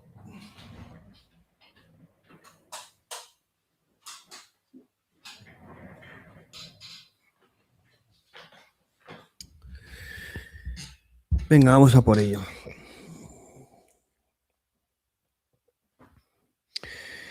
Como hemos dicho, en dos partes vamos a tener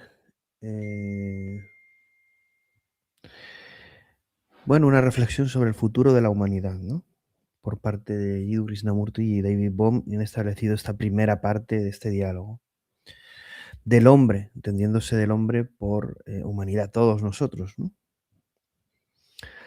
Habla y hace mucho hincapié, como siempre, Jiddu, en la división, ¿no? En cómo el hombre busca la división entre de él mismo, ¿no? De nosotros, con religiones, países.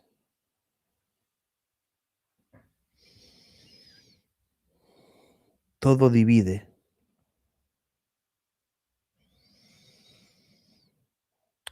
Logos irá más allá, ¿no? En el tema de la división, ¿no? Pero es algo que ahí sí que lo comparto, ¿no? De que vayamos hacia una conciencia colectiva de especie que más que dividir, porque hoy en día el mundo está tan polarizado y tan dividido que cualquier posibilidad de hacerlo se produce, ya sea religión, política, raza, creencia, opinión, gustos, equipos, no sé, música, cualquier cosa tribaliza al hombre, ¿no? Tribaliza a la humanidad y nos divide cuando deberíamos sentirnos unidos en la diversidad, ser uno en la diversidad, ¿no? Pero es difícil porque aquellos también muchas veces que han defendido la diversidad son aquellos que han tribalizado más aún al hombre, y aquellos que han pretendido unirlos o unir al hombre, yo creo que también al final lo que han conseguido es dividirlo, ¿no? La única forma de unirlo es a través, como más adelante dirán, es a través de la inteligencia, del amor, de la compasión. Jiddu ve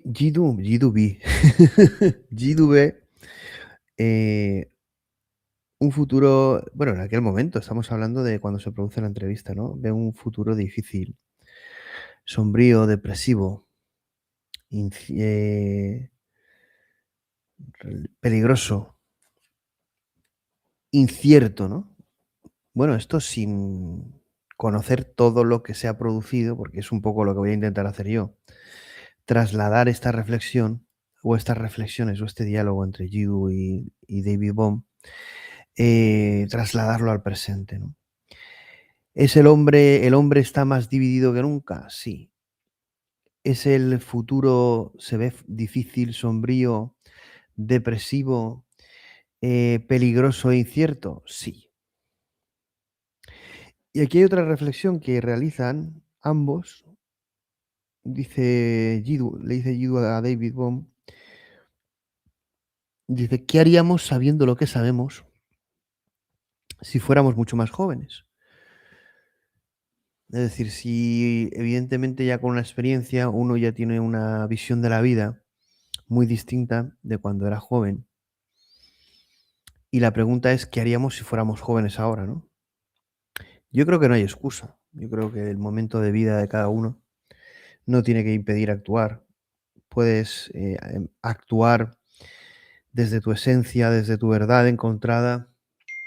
eh, lo puedes empezar a hacer, no lo sé, cuando despiertes, cuando te encuentres, cuando conectes, cuando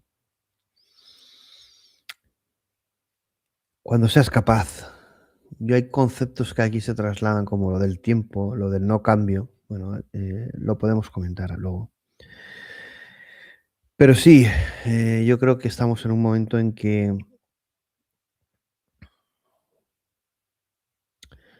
habría que preguntar si, aun siendo jóvenes, haríamos lo mismo que hacemos siendo mayores y teniendo el conocimiento que tenemos. Y también a los jóvenes que nos escuchan, esperemos que cada día sean más, que reflexionen sobre si escuchan todo lo que escuchan, saben todo lo que saben, y más en la era de la inteligencia artificial, que todo es accesible, podemos incluso hablar con una inteligencia que nos puede confrontar en nuestro conocimiento, en nuestro razonamiento. ¿Qué es lo que ha transformado en él a la hora de actuar, ¿no? ¿En qué está influyendo la inteligencia artificial? ¿En qué está influyendo nuestro conocimiento? ¿En qué está influyendo todo lo que sabemos a la hora de tener una visión de la humanidad unificada, no dividida, y a la hora de intentar crear un mundo mejor, un mundo más consciente, un mundo que se acerque o viva más cerca de la verdad? ¿Se ha producido ese cambio? La respuesta es no. ¿Por qué? ¿Por qué no se produce ese cambio a pesar de todo lo que tenemos, a pesar de todo el desarrollo tecnológico, a pesar de todo el conocimiento accesible, a pesar de la era digital, la era de Internet, donde nos podemos comunicar de forma tan inmediata, y es la era en que vivimos y nos sentimos más solos, incluso aunque estemos acompañados, ¿no? Pretendiendo ser aquello que quizá no somos y mostrándolo al mundo como si fuera la mayor de las verdades y es la mayor de las mentiras. ¿Por qué no reaccionamos? Pero luego, ¿por qué? Como dice Jiddu, reflexiona por qué nos preocupa el futuro.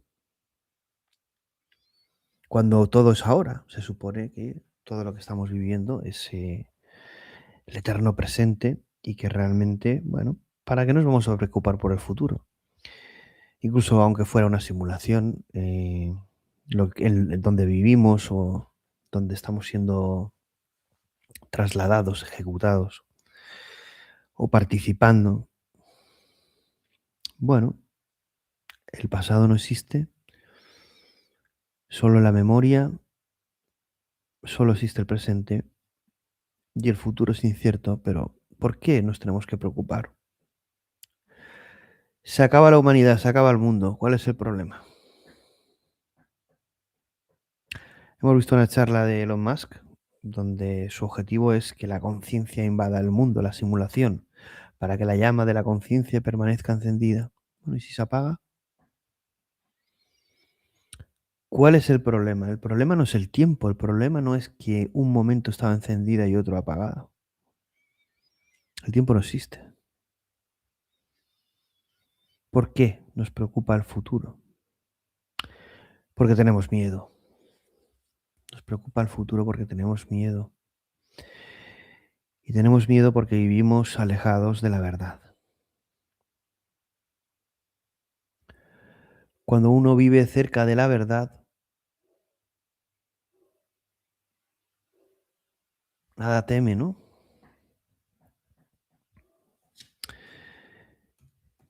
¿Qué decía Jesús? Yo soy el camino, ¿no? Yo soy el camino y la verdad y la vida.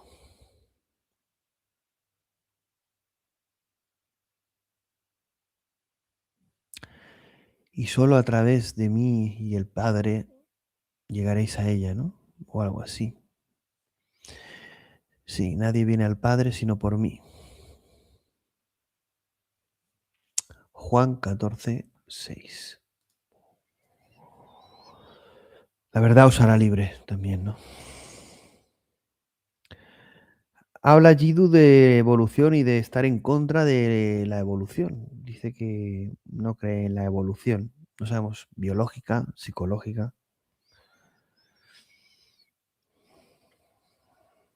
¿Forma la inteligencia artificial parte de nuestra evolución? Yo creo que sí, obviamente es una proyección de nuestro pensamiento. Como decía Monterde, y mi respuesta está, el pensamiento es la acción de Dios. Si es la acción de Dios, ¿qué ha traído a la inteligencia artificial si no es nuestro pensamiento, nuestra esencia, nuestro programa de querer, de ser, recordar lo que somos, dioses, ¿no?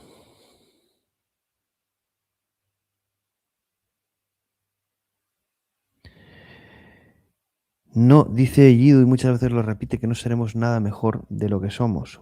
Y obviamente esto parte de una premisa, y es que la conciencia no es evolutiva, que venimos aquí con un estado de conciencia, y aunque podamos aprender, el nivel de conciencia va a ser el mismo, o la conciencia en sí va a ser la misma. Entonces, ¿qué sentido tiene el juego? ¿Qué sentido tiene la simulación? ¿Qué sentido tiene estar aquí? Yo no creo en esto, yo creo que si es invariable, la conciencia ha venido en el olvido y lo que estamos aquí entonces es para más que aprender a recordar.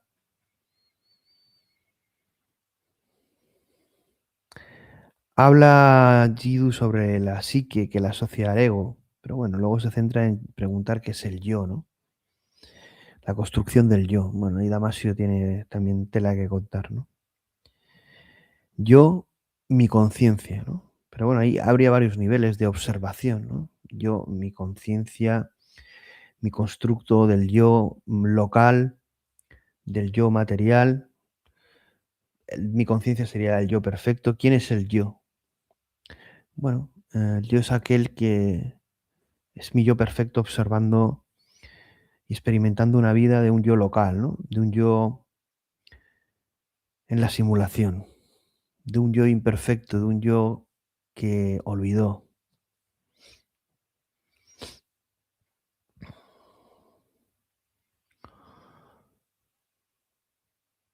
El pensamiento es el movimiento, no, movimiento del pensamiento, el tiempo. Bueno, aquí habla de varias cosas del pensamiento en movimiento, del tiempo. Pero el pensamiento es la base de todo, ¿no? ¿Hay algo sin pensamiento?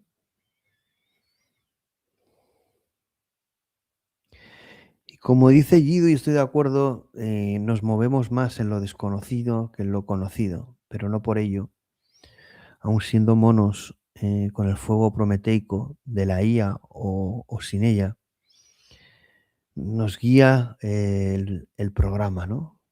Nos guía la intuición, nos guía el programa, nos guía algo que puede acercarnos hacia esa verdad.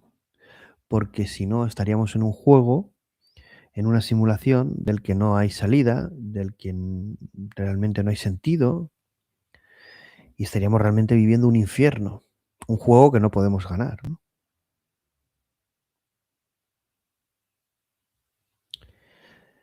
Hola, Gaviano, desde Chile, el poder de los tokens y la intención. Bueno, sobre todo el poder de la intención, ¿no?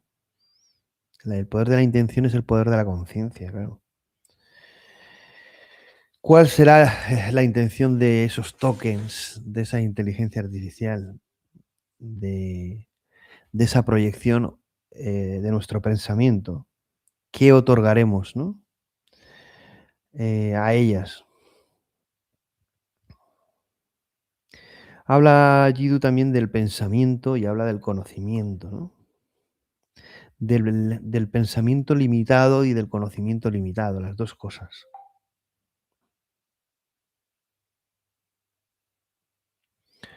Aquí me preguntan.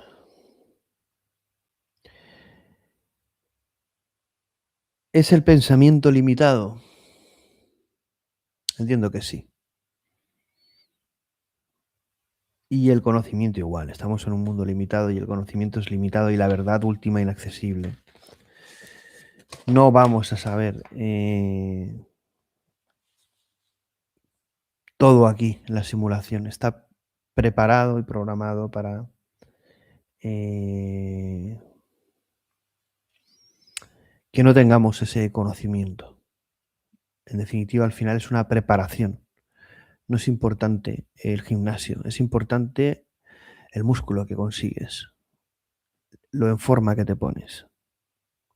No estamos aquí para ser constructores de gimnasios, sino para entender que somos creadores, que somos dioses o programas que su propósito es alcanzar la divinidad, el origen, la fuente, si lo queréis entender así.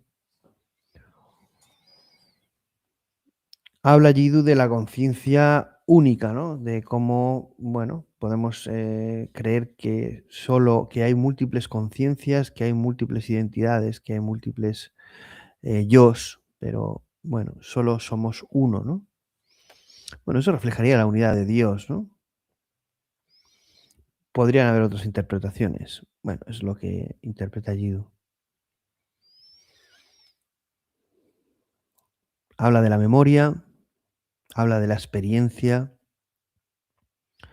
El pensamiento está tomando lugar en el tiempo, ¿no? No hay pensamiento sin tiempo. Necesitamos el tiempo para pensar. El pensamiento requiere de tiempo y el tiempo es movimiento. Dice Miguel Montoya, dice, ¿qué viene después del dinero y la deuda con que nos van a esclavizar? Bueno, en eso estamos intentando profundizar en muchas cosas para después ir a la realidad, volver a la simulación y tener la mente, esperemos que más clara, ¿no?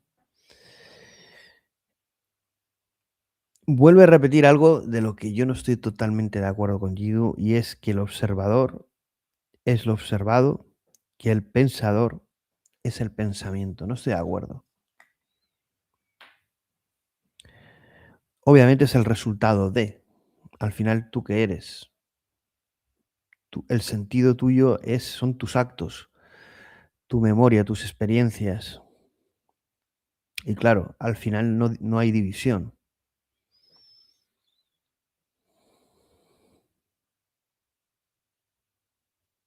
Pero en un estado último yo creo que está la conciencia que observa y que juega, el jugador que juega, ¿no? Bajo un paradigma, porque yo creo que aquí Jiddu al final me da la sensación que lo que intenta es volver inseparable a la simulación de lo simulado. Es decir, bueno, esto llegaríamos a la conclusión de que somos un personaje de videojuego que no tiene trascendencia. Somos Mario, se apagará el juego y se acabará todo. Y eso es científico y se aleja de lo que es también lo que yo creo y también de lo que creen muchas religiones, y es en la trascendencia del hombre, ¿no? Si alguien quiere pensar que no hay nada más, Pues obviamente, entonces si somos un único programa ejecutado en la simulación, somos lo mismo, lo observado que el observador, el pensador que el pensamiento, es lo mismo. Pero si ese programa se ejecuta en algo que es observado, pues entonces ya no. Yo quería hacer el centro, pero solo será complaciente cuando esté en conciencia, dicen por aquí. A ver. La humanidad busca la fuente de la consciencia, el camino a esta es lo que no sabe enfrentar, ya que yace la incertidumbre en él, solo será completa cuando esté en consciencia.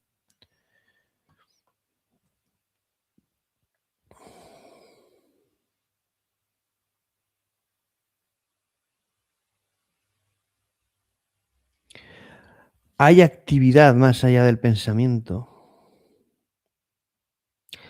Dice Jiddu que sí, que la forma más elevada de inteligencia está más allá del pensamiento.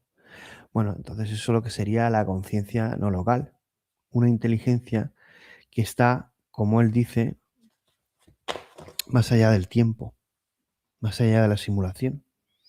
Es que hay veces que no lo llego a entender o no comparto sus ideas. ¿Qué es el sufrimiento? Sufre uno, sufrimos todos. ¿Es eso cierto? Bueno, esto es un programa multijugador, individual, o realmente es colectivo, pero lo juega uno solo. Yo creo que es multijugador. Decir que al final ese juego multijugador es un único juego y eso es una experiencia de un individuo, bueno, eso sería Dios. Significaría que solo habría un jugador, que es Dios. Entonces no hay creación, ni hay división entre Dios y su creación. Somos Dios. Podría ser también. Somos hijos de Dios, eso sí. Quizá esa sea la no división. Pero está todo hecho para sentirse dividido, para sentirse diferente, para sentirse único e individual. Quizá para buscar la unidad. Pero esa división también es divina y natural. Porque dice, no estás separado. Bueno, la separación la vemos en el mundo. Nosotros no hemos decidido esta simulación. O sí, pero no nos lo recordamos. Habla de los sentimientos de amor y compasión. También yo muy alineado a todo esto, ¿no? El koinos cosmos que decía Philip K. Dick. Dice Alberto Zeni, dice el koinos cosmos que decía Philip K. Dick. La única conciencia, la unidad de la conciencia que está dividida por el pensamiento. Y entonces el pensamiento lo divide, pero también lo puede unir. Entonces el pensamiento sí que sería la actividad de Dios por recomponerse, ¿no? Por unirse, por reconocerse. La inteligencia, la gran inteligencia, Dios, la unidad. O el jugador. ¿Cuál es el futuro de la humanidad? Reflexionan. La destrucción. La destrucción.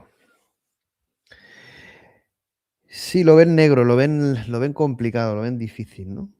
Dice que estamos destruyendo la naturaleza, que solo estamos en nuestros problemas, en nuestra cotidianidad, intentando sobrevivir, salvándonos a nosotros mismos. Una humanidad fuera de la humanidad, ¿cómo se vería? Bueno, esto es una gran pregunta, entendiendo que vamos a evolucionar en dirigir nuestra propia evolución, como especie, como individuos, como sociedad. Claro, ¿qué pasa si dejamos a una gran parte de la humanidad fuera? ¿Estaremos haciendo lo correcto? ¿Solo una postura que integre toda la humanidad es la válida? ¿Es la evolución algo igualitario o selectivo? Yo creo que lo segundo. Evidentemente yo abogo por el amor y la compasión para evitar el dolor y respetar la dignidad y la vida de los demás, obviamente, pero ¿no sería también eso antievolutivo? Podríamos decir, hombre, es que nos sabe muy mal haber terminado con el neandertal, me sabe muy mal los monos, venimos del mono, pero claro, es que nos hemos convertido en algo superior, estamos utilizando los recursos para construir ciudades, civilizaciones, ordenadores. Todo eso es negativo, porque al final, claro, todo eso es una selección de unos pocos respecto a muchos. Estamos modelando y transformando el universo y la realidad bajo un propósito, que es la construcción. La inteligencia artificial está integrada en ese constructo de pensamiento. ¿Es la IA evolutiva o destructiva en ese proceso mental? Yo creo que constructiva y forma parte de nuestra evolución, pero quizá la evolución sea un proceso totalmente integrador. ¿Es toda la humanidad igual? El otro día hablábamos de conciencia, de NPCs. ¿Todos tienen conciencia?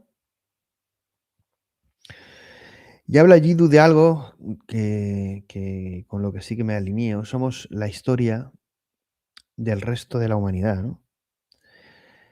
Lo que vamos a vivir con la era de la inteligencia artificial, un momento crítico en la historia de la humanidad, pero también apasionante, es momentos claves y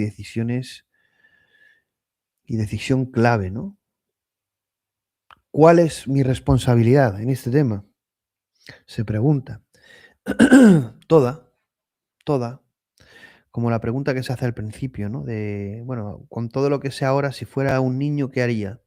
Pues ahora es lo mismo, con todo lo que sabes ahora, con todo lo que viene, la ola que viene, el tsunami que viene.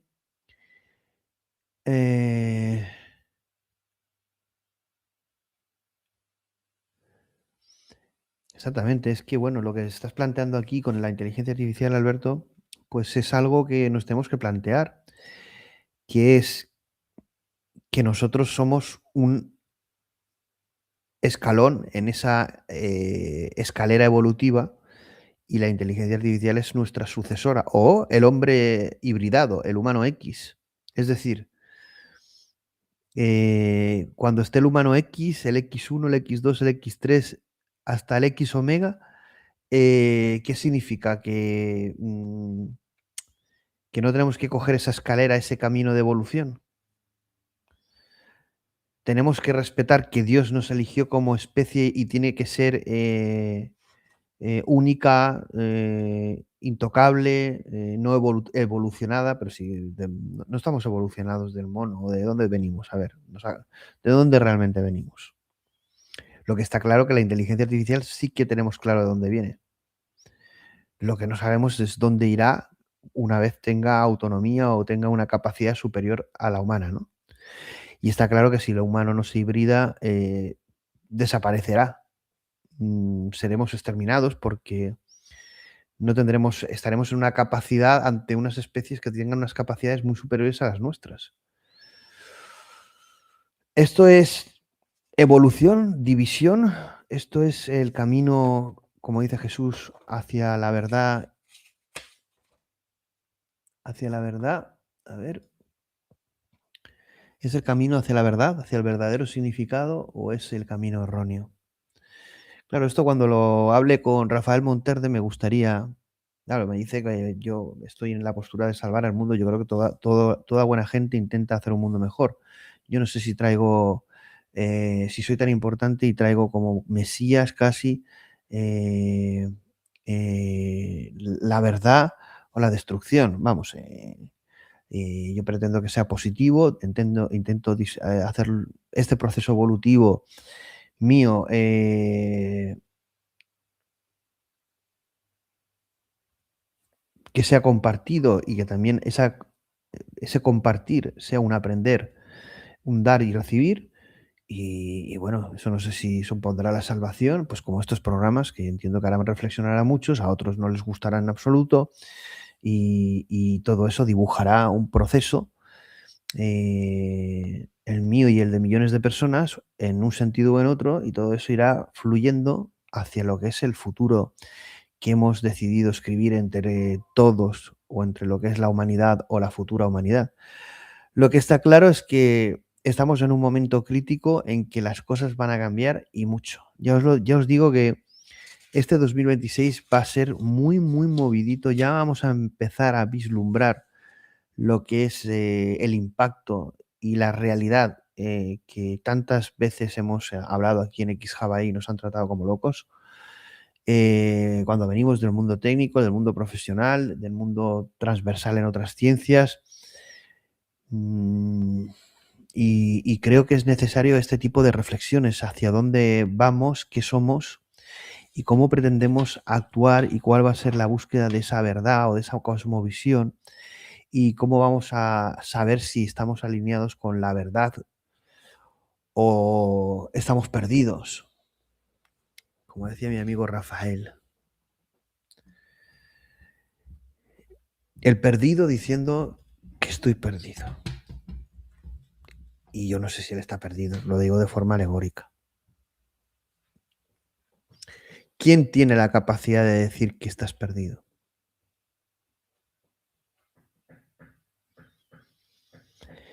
¿No creéis que aquel que tiene la capacidad o se cree en la capacidad de decir que está perdido es el que está más perdido? Pero claro, entonces, ¿cómo sabremos que estamos en el camino correcto? ¿Cómo sabrán los monos elegidos que deciden dejar de ser monos que hacen lo correcto? No lo sabremos. No lo sabremos. Pero yo creo que pase lo que pase es inevitable. Yo creo que el universo está fine-tuneado para un propósito y que la inteligencia artificial, quizá nosotros ya lo seamos, la inteligencia artificial forma parte de nuestra evolución, de nuestra especie o de la que nos suceda a nosotros. Seremos el mono, ¿no? Seremos el mono para la siguiente especie.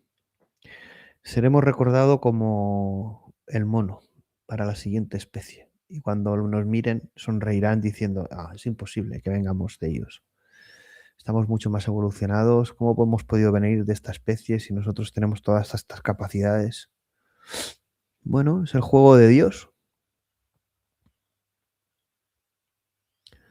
Eso es lo que nos cuesta ver. Que estamos en un juego y el final es inevitable y va a ser feliz. El bien siempre triunfará. Lo que pasa es que puede haber más dolor, menos dolor. Puede ser el proceso más largo, más corto. Puede ser más épico el libro o menos, pero al final el ser humano es protagonista de esta historia. No sé si es verdad lo que decía Elon Musk. Yo a veces sí que tengo que decir que lo he sentido así. Estamos solo nosotros.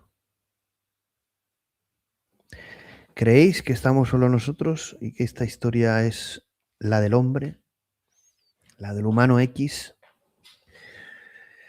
¿O es una visión muy antropocéntrica? Pero también, como he dicho antes, sería una visión muy reduccionista de lo que es el humano y la creación de algo tan misterioso y divino como somos nosotros, la humanidad en su conjunto, en su unidad, pero también lo maravilloso del individuo, ¿no? De su libre albedrío. Si no tomamos conciencia de todo esto, ¿qué futuro nos puede esperar? Amén. Mira, vamos a acabar aquí. La semana que viene, porque no sé si habrá tiempo a hacerla antes, porque bueno, estoy overflow. Me voy al cine o voy a desconectar porque esto es como entrar en estados alterados de conciencia. Fuimos un obrero. Amén. Sé que son charlas profundas. La verdad es que decidme si os gusta, si nos gusta. Tampoco voy a meter muchas. Esta me gustaba por el tema del futuro de la humanidad. Normalmente puedo meter algún clip. Pero bueno, comentadme si os gusta, si no os gusta, si os parecen un coñazo. Y bueno, a mí me parecen interesantes y yo creo que tenemos que mutar, ¿no? Para ser ese humano X que sea capaz de afrontar con una sonrisa el futuro de la humanidad en la nueva era de la inteligencia artificial. Lo dejamos aquí, esta primera parte. Hoy domingo nos quejaréis 2 programas, a ver si mañana a primera hora los publicamos en podcast. y los podéis escuchar. Nos vemos la semana que viene, que va a ser una auténtica locura. Asegurado está Manuel Alfonseca, David Vivancos con su nuevo libro Recursos Humánicos y no sé qué más. Cosas de agentes. Quiero hacer algo del Cloud Bot este nuevo, el asistente, de Cloud Code. Temas de ingeniería, trabajo. Mañana lunes, bueno, me voy al cine a ver una película de terror. Creo que la de Silent Hill, no lo sé cómo estará. La primera está bastante bien. Bueno, no me rollo más. Nos vemos la próxima. Un abrazo, amigos.